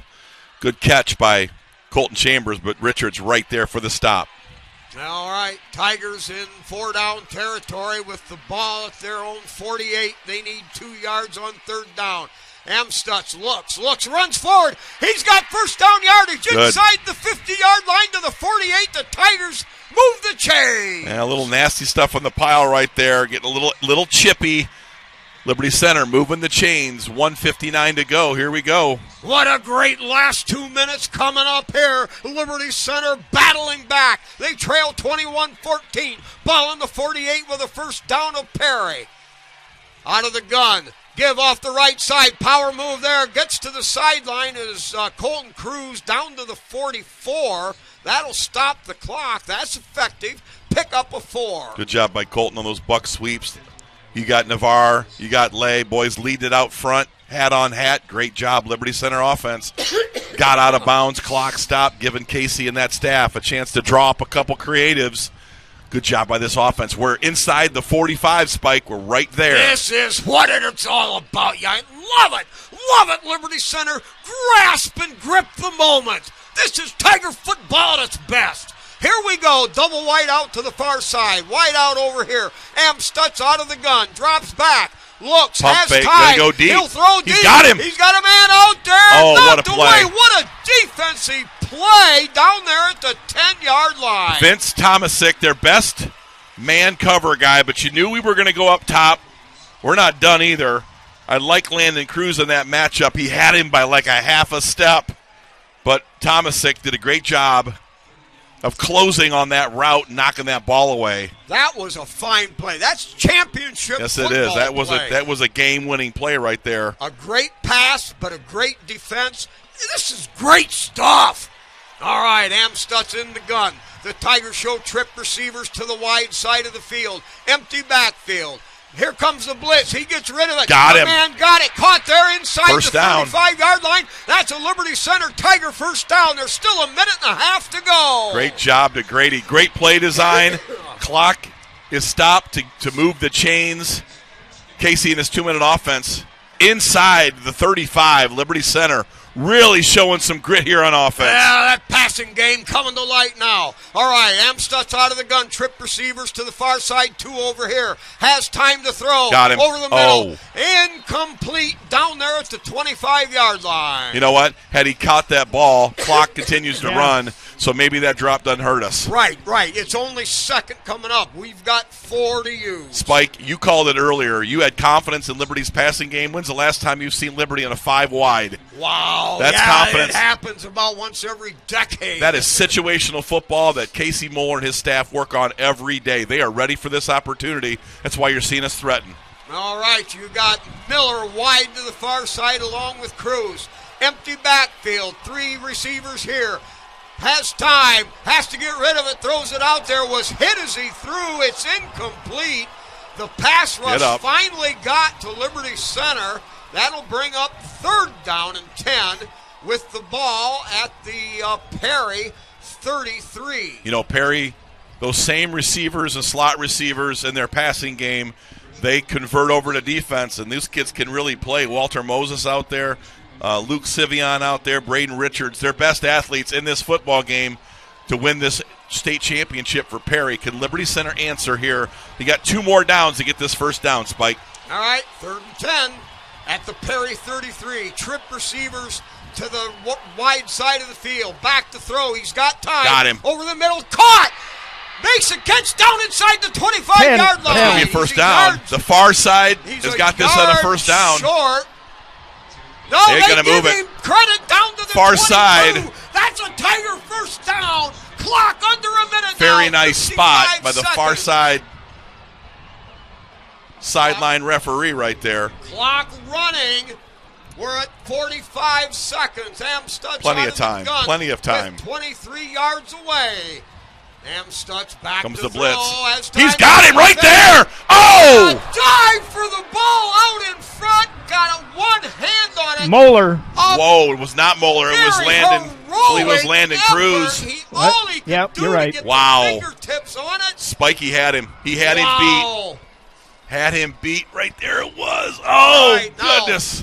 Just one hand was all he could get on it on that desperation dive. What Good an throw, effort. though. Good 35 throw. seconds to go. 2nd down and 10. The ball at the 22 Had him. of Perry. He had him. What a great football game. Amstutz out of the gun. He's got a single protector, and now we've got a flag on the play. False start. Doesn't matter. 5 yards ain't going to matter now. At this point now, it means nothing. 5-yard penalty. It's going to be 2nd and 15. 2nd down. Man, oh, man. I'll tell you, Spike, we had Landon Cruz. He had a step and a half and a little bit of room on that sideline. We were so close. Pretty good throw by Landon Amstutz. All right, Colton Cruz, the protector. Amstutz comes up, has all day. He throws it. Now that one's going to be tough. Oh, Nearly intercepted. That'll bring up 3rd down now and 15 to go. intended for Aiden Talent. 3 Perry Pirates there. They're now going to start defending this end zone and that goal line. You might want to do something, throw something underneath. Yeah, and then try to get some run it. yards after the catch. Liberty's got a timeout left as well, so we can throw the ball in the middle of the field and still get a timeout. Okay, Tigers come to the line of scrimmage. 3rd down and 15 from the 32 of Perry. Amstutz by himself in the backfield. We've got a double tight end set. Amstutz looks, has time, throws a high long Chambers. lob. It's out there. It's incomplete over. Was it Chambers? Yes. Little out and up from the slot. Defended well. Yeah, the safety over the top was right there. Good support. All right, hey, with 23 seconds to go, we're coming down to the last play. Maybe not the last play. Liberty Center needs 15 yards. They need to get the ball to the 12. I kind of thought maybe he'd throw it inside the numbers and get that conversion or call that timeout, but here we go. 4th and 15. Here we go. That's why we play the game. We're in the state finals. Timeout. Timeout. Casey Moeller. Yes, good timeout by Casey. Well, Timeout. I'm sure the guys Liberty in the Center. booth are going to Their draw third this and thing final up to timeout. the best of their ability. You know what? We did this against Genoa. The last play on earth. 2018, as I recall. Yes. This has been done, and same coaching staff, a lot of creativity in that coach's room. Talking about having total trust in a football team, Spike, and a head coach and coaching staff. I am very confident that Casey's going to give this football team a chance to win this game right here, 4th and 15. Yeah, I love might it. even I have love come it. up with some kind of a hook and ladder. I'll tell you play. what, who knows? But you know what? I'm not worried about this. I think Casey's got this. See that staff working. Everybody's in there. That Genoa touchdown to Cam Crew threw that thing. I'm not sure who he threw it to. Brendan Morris. Oh, my goodness. What a football play that was. So Didn't we beat Napoleon on a 4th and 20? yeah, Rex Lindgren beat him. Yeah. Yep. That was one of the Rex's last years. All I think it was right. Jarrett Win, Crew lose, threw or that draw. one. Yep. What a terrific game. This is the state championship finals, and Liberty Center has battled every way. Things could have gone a little differently here and there. You can pick out reasons, excuses. Everybody's got a nose. Everybody's got an excuse. But the bottom line is we are seeing Division V football at its finest. things could have gone another way. Liberty's got one more shot here to get 15 yards. Here we go. Trip receivers to the far side. Tight end, double tight end. Amstutz back to throw. Scramble down Got him! over the middle. Incomplete. Defender stepped up, forced him to go over the top. The ball's incomplete, and with 17 seconds to go, the state championship final has come near to its end. Just a matter of running out the clock. What a game. What a terrific effort. Boy, I tell you, he had him in that slot, too. Grady was there. Man, oh, man, Liberty Center, good play design. Grady was coming open, but just too many Perry Pirates, inside the 10. Give them a lot of credit, man. They did some really good things on offense, but more credit to our kids for not shutting it down. That fourth down stop was enormous to give ourselves a chance. Great job by Liberty Center, but Perry will win the state championship. Their first ever.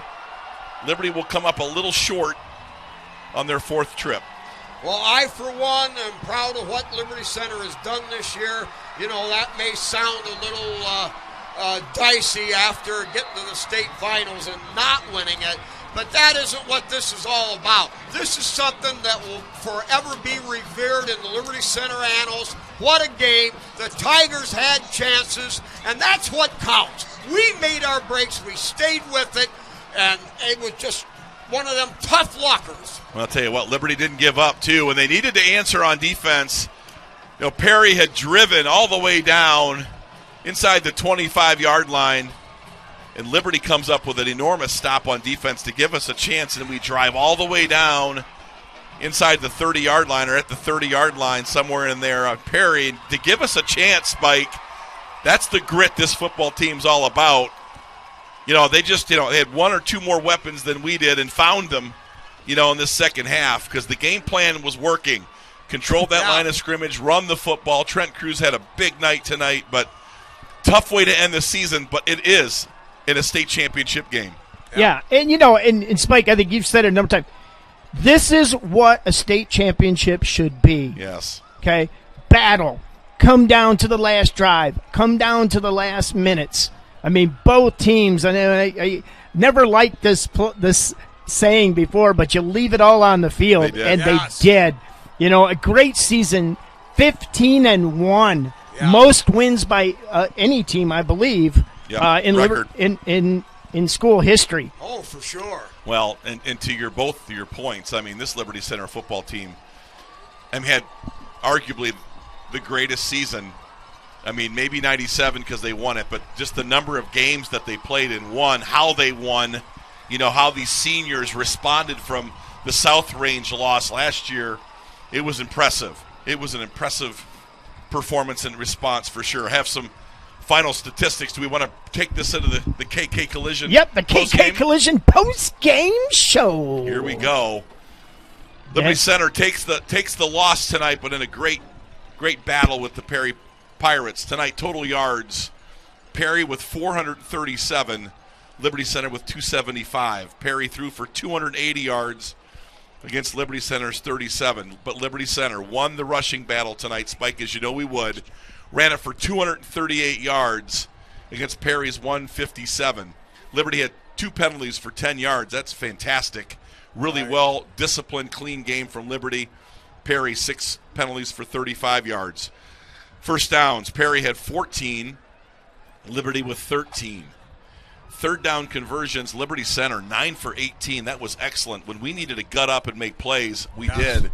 Perry only 2 for 7 tonight for the third down conversions. Fourth down, Liberty 1 for 3, and I think that one, Trenton Cruz had it had we gotten that clean handoff, or he would have finished that run. Fourth downs, Liberty held Perry 0 for 3. That's defense right there. Great job by the Tigers.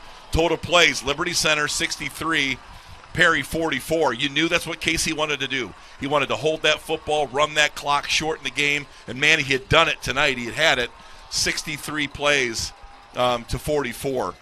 Average yards per play, Liberty Center at 4.4. Again, exactly what Casey Mueller wanted, but Perry's explosives made the difference tonight. They averaged 9.9. Average yards per completion, of course, this is where Perry really shined, 23.3 yards per completion. Liberty's average per rush, 5.2, Perry's 6. In the red zone, Liberty was 1 for 1. Time of possession, Liberty Center, 29-40. Perry, 18-20. Spike, that's what he wanted. He wanted more first downs, more rushing yards, more time of possession. Those were big wins for Casey, that staff, those Tigers tonight. Now, 2 big plays by the Pirates kind of helped separate this game. For sure. And, you look at we had 3 fumbles. We didn't lose any of them. They had 2. They lost 1. That was a big fumble recovery while Perry was driving in that first half. So Liberty had a couple sacks and 3 tackles for losses. So, you got to give it to Perry. They won this game. Liberty did not lose it. But what a great... I definitely agree. I don't... Everybody wants to win. For sure. I'm disappointed. But am I down or am I thinking, well, shoulda, coulda, woulda? No way. Listen, Perry had a very gifted athletic team. But I'm telling you this, for as far as the true definition of team, Liberty Center, I still say, is the best team in the state. There is nobody that is coagulated, that is cooperated, and that is coagulated like this team, the coaching staff. They got all of what they could get out of their talent, and it don't get no better than that. Well, the player of the game for Perry tonight certainly was Braden in 1926. Okay, I got almost the field. 100 years ago, Liberty Center football was established. And over those almost 100 years, the Tigers have become not only one of the best teams in Northwest Ohio, but in the state of Ohio.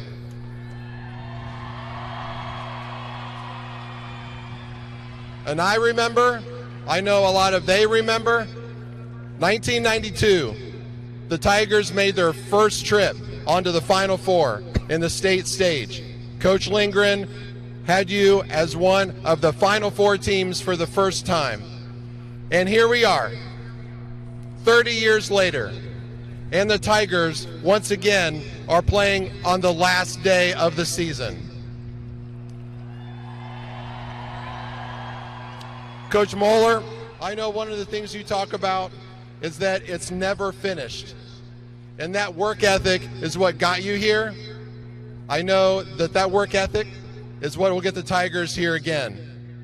So it's my honor, on behalf of our OHSA and our board of directors and our member schools, this is Jay Selgo from the OHSA board of directors. It's my honor to give the Division 5 state runner-up trophy to Liberty Center. Congratulations.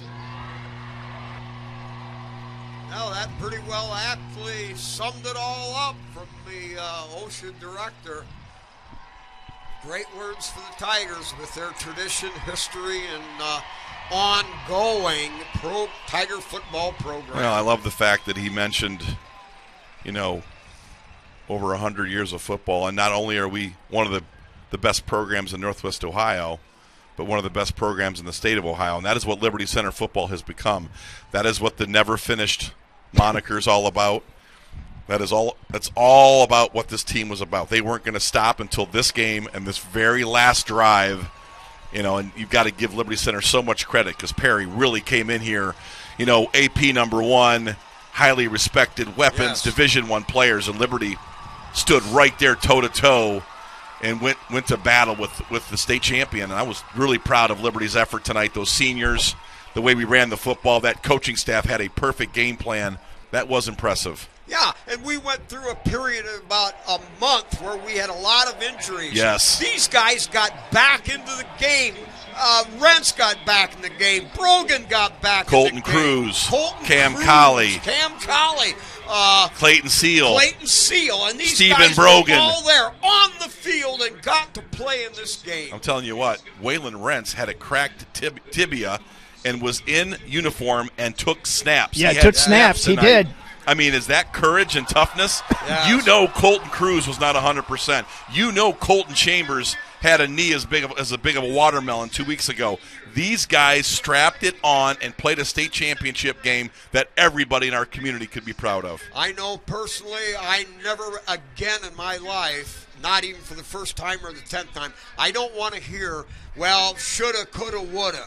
Yeah, right. Forget about it. This team battled to the end. This team, to me, will always be a championship caliber football team. 180 some teams started the season. I think 107 in Division 5, or no? Was that one? No, I think one. Whatever. Well, true. 180 some in all of Division 5. Yeah, in all of Division 5, and we're standing here with the final 2. Yes. So I use this phrase a lot, but I think it really holds true. When the sting of the score wears off, these guys 15-1. Hey, playing football in December, guys. Let's have a little fun with this. We're down 21-14. Say we take it down. We score a touchdown with 2 seconds to go. Would we have went for 1, or would we have went for 2 and for the win? Casey Muller's going for the win. He knows he would have went for the win because he knows that, he respects Perry. He respects their explosives. He respects their athletes. I think Casey Muller goes for 2, and he wins the state championship. Yeah. I was ready for that. I was actually looking forward to that conversation because I felt like he was going to go for 2 given that opportunity. Yeah, and, a couple other things I saw out there. The Perry players were very respectful, went and hugged the Liberty players. Right. The Liberty players went and hugged the Perry players. I mean, I know there's been some, we only have one more left, all the divisions, and there's been, it's gotten pretty Thursday's game was 7-2. Yeah. So you talk about a defensive battle. This was certainly a battle. To me, this is going to go down as one of probably the 5 top, state championship games that I've ever been a part of. And Spike, we've been doing this a long time, bud. Yeah. Okay, couple things we'll have later on this week. We'll have a post-game wrap-up with Coach Moeller. I don't know when. We normally meet on Wednesdays, but we kind of want to let him take a breath. We'll get down. We'll put that on our platform. Also, I know Marky Bly is down, and she's actually in the press room, and she'll have a post-game interview. They'll be doing some post-game interviews. I mean, this is the NFL stadium, so you do NFL things. And we'll post that on Facebook. So here's one of the things, Spike, that, we go through the whole time, and this is really one of the transition moments for the Liberty Center Tigers. Yeah. The juniors now in the breakdown, they'll get to it in a minute here, will go to the front, and the seniors will go to the back. And this has been kind of the handoff tradition ever since I can remember, Spike. We go back, 96, 97 year? Yeah. And still one of the great things for Liberty Center Tigers. And congratulations to the Perry Pirates. Number 1 and number 2 all year. And they proved it. Liberty Center proved it. Well, Liberty Center belonged in this game, and Liberty Center was in this game from tee to green. Perry got up on us, Spike. We answered. We started to take control. We were up 4. Got that lead for a short time. Perry answered. This was a heavyweight battle. It was, exchanging blows this entire night. So I know that Kyle Kern is talking about players of the game and unit of the game, and we want to get into that conversation. I think we can. Let's do that right now because we've got to be out here in about 15 minutes. So, let's talk about the offensive player of the game. And, I think you got to go right to the rushing attack of Trenton Cruz, in my mind. I think, what did he have? We've got some individual stats. 164 yards. 25 attempts, 164 yards. But Colton, 17 attempts, 68 yards. I think they just grounded out. When we talk about individual players, I think I got to go to that. Yeah, talking to Kyle a little bit, it's his post-game, the KK Collision post-game. He liked both offensive and defensive lines, so the unit of the game, we'll let Spike drive that a little later. I think the offensive line was phenomenal tonight. I think Landon Bachman was great tonight. I think Seth Navarre was great tonight. I think Tyler Lay was great tonight. I think our centers, Hunter Spangler, he did a great job tonight. I think we also got really good play. Biscuit is an entire unit. I like the way Clayton Seal played when he had snaps, but at the end of the day, we had a beat-up running back room, and I'm going to take Trenton Cruz tonight. He really grounded out big plays, explosive plays in the running game. My pick is Trenton. Spike? I like Trenton for all those reasons and his durability. Yes. He's the leading tackler on defense yes. game after game, and he brought it tonight with the best of his ability and beyond. I So no doubt, Trent Cruz. All right. The KK Collision Offensive Player of the Game is number 5, Trenton Cruz. All right, now the Defensive Player of the Game. And, Liberty Center, when they needed plays, man, they got plays. They did.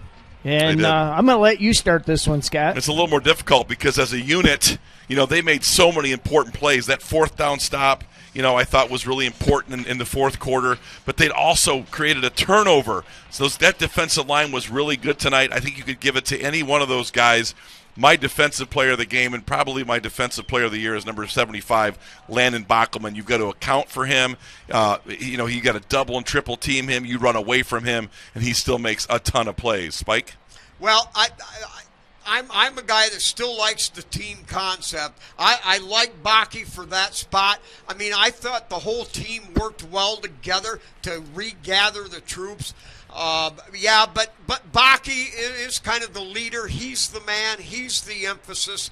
I like Baki for defense. I'll go with that, too. I think that's I think, we could probably single out 10 or 12 kids. Oh, yeah. Trent probably Cruz, at least 12 Cruz, on the defense. Xander Zeiter was great. Seth Navarre. There's a lot of players. You look at Garrison Cruz, a freshman playing in the biggest game of his life. Made a couple really nice tackles coming down the line of scrimmage. So we'll go with that. Honorable mention. Not necessarily defensive side, but all these guys that were beat up. I mean, they were hurting. Yes, they were. Normal football players wouldn't even have dressed. These guys got back on the field. They couldn't even walk 2 days ago. And they're back on the field giving it their best shot. So honorable mention goes to all of the hurt players that made the field. I like that, Spike. Tonight. A lot of kids banged up. Well, the KK Collision Defensive Player of the Game is... Who was it, guys? Number 75, Landon Bockelman. Landon Bockelman. All right, now the unit of the game. And, dude, this is tough. When you get to this, the offensive defensive line for me, the defensive line made stops. I think, what'd you say? They were 0 for 4 on 4th downs. Big time. That's a big play when they've got that Wildcat guy that pretty much can write his own ticket and, pick his own gap there. Also, Liberty Center started making waves with their offensive line and some of the adjustments they made, those belly downs and zero gap runs. I mean, just bang. I mean, Perry had trouble with that.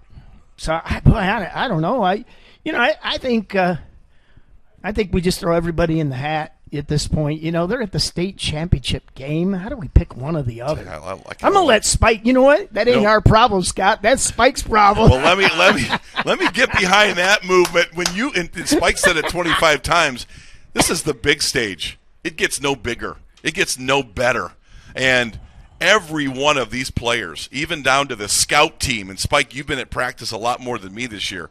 I mean, every one of this rosters of 69 kids contributed to this opportunity and this chance to win this game tonight. And I tell you what, Mark, I don't always want to agree with Mark. I kind of want to not agree, but he's right. Every one of this roster made a difference. Yeah, you could say the defensive line was great. Certainly the offensive line executed really well. But I'm going to go this 69-man roster, Spike. I think this Liberty Center Tiger team is my unit of the game. But you know what? It's up to you. Wow. It's on you, Spike. I'll throw my 1/3 in it. All right. I have no You're doubt. You're weighted 1/3. I have no doubt, to me, there is no doubt tonight it was the offensive line. Yes. We started out like Wasion, 2 straight possessions in that game. And we had no yardage. We punted twice in Wasion. We ended up winning by 7 touchdowns. Now, tonight, we started out slow. They had great game plan. We started out behind the 8 ball.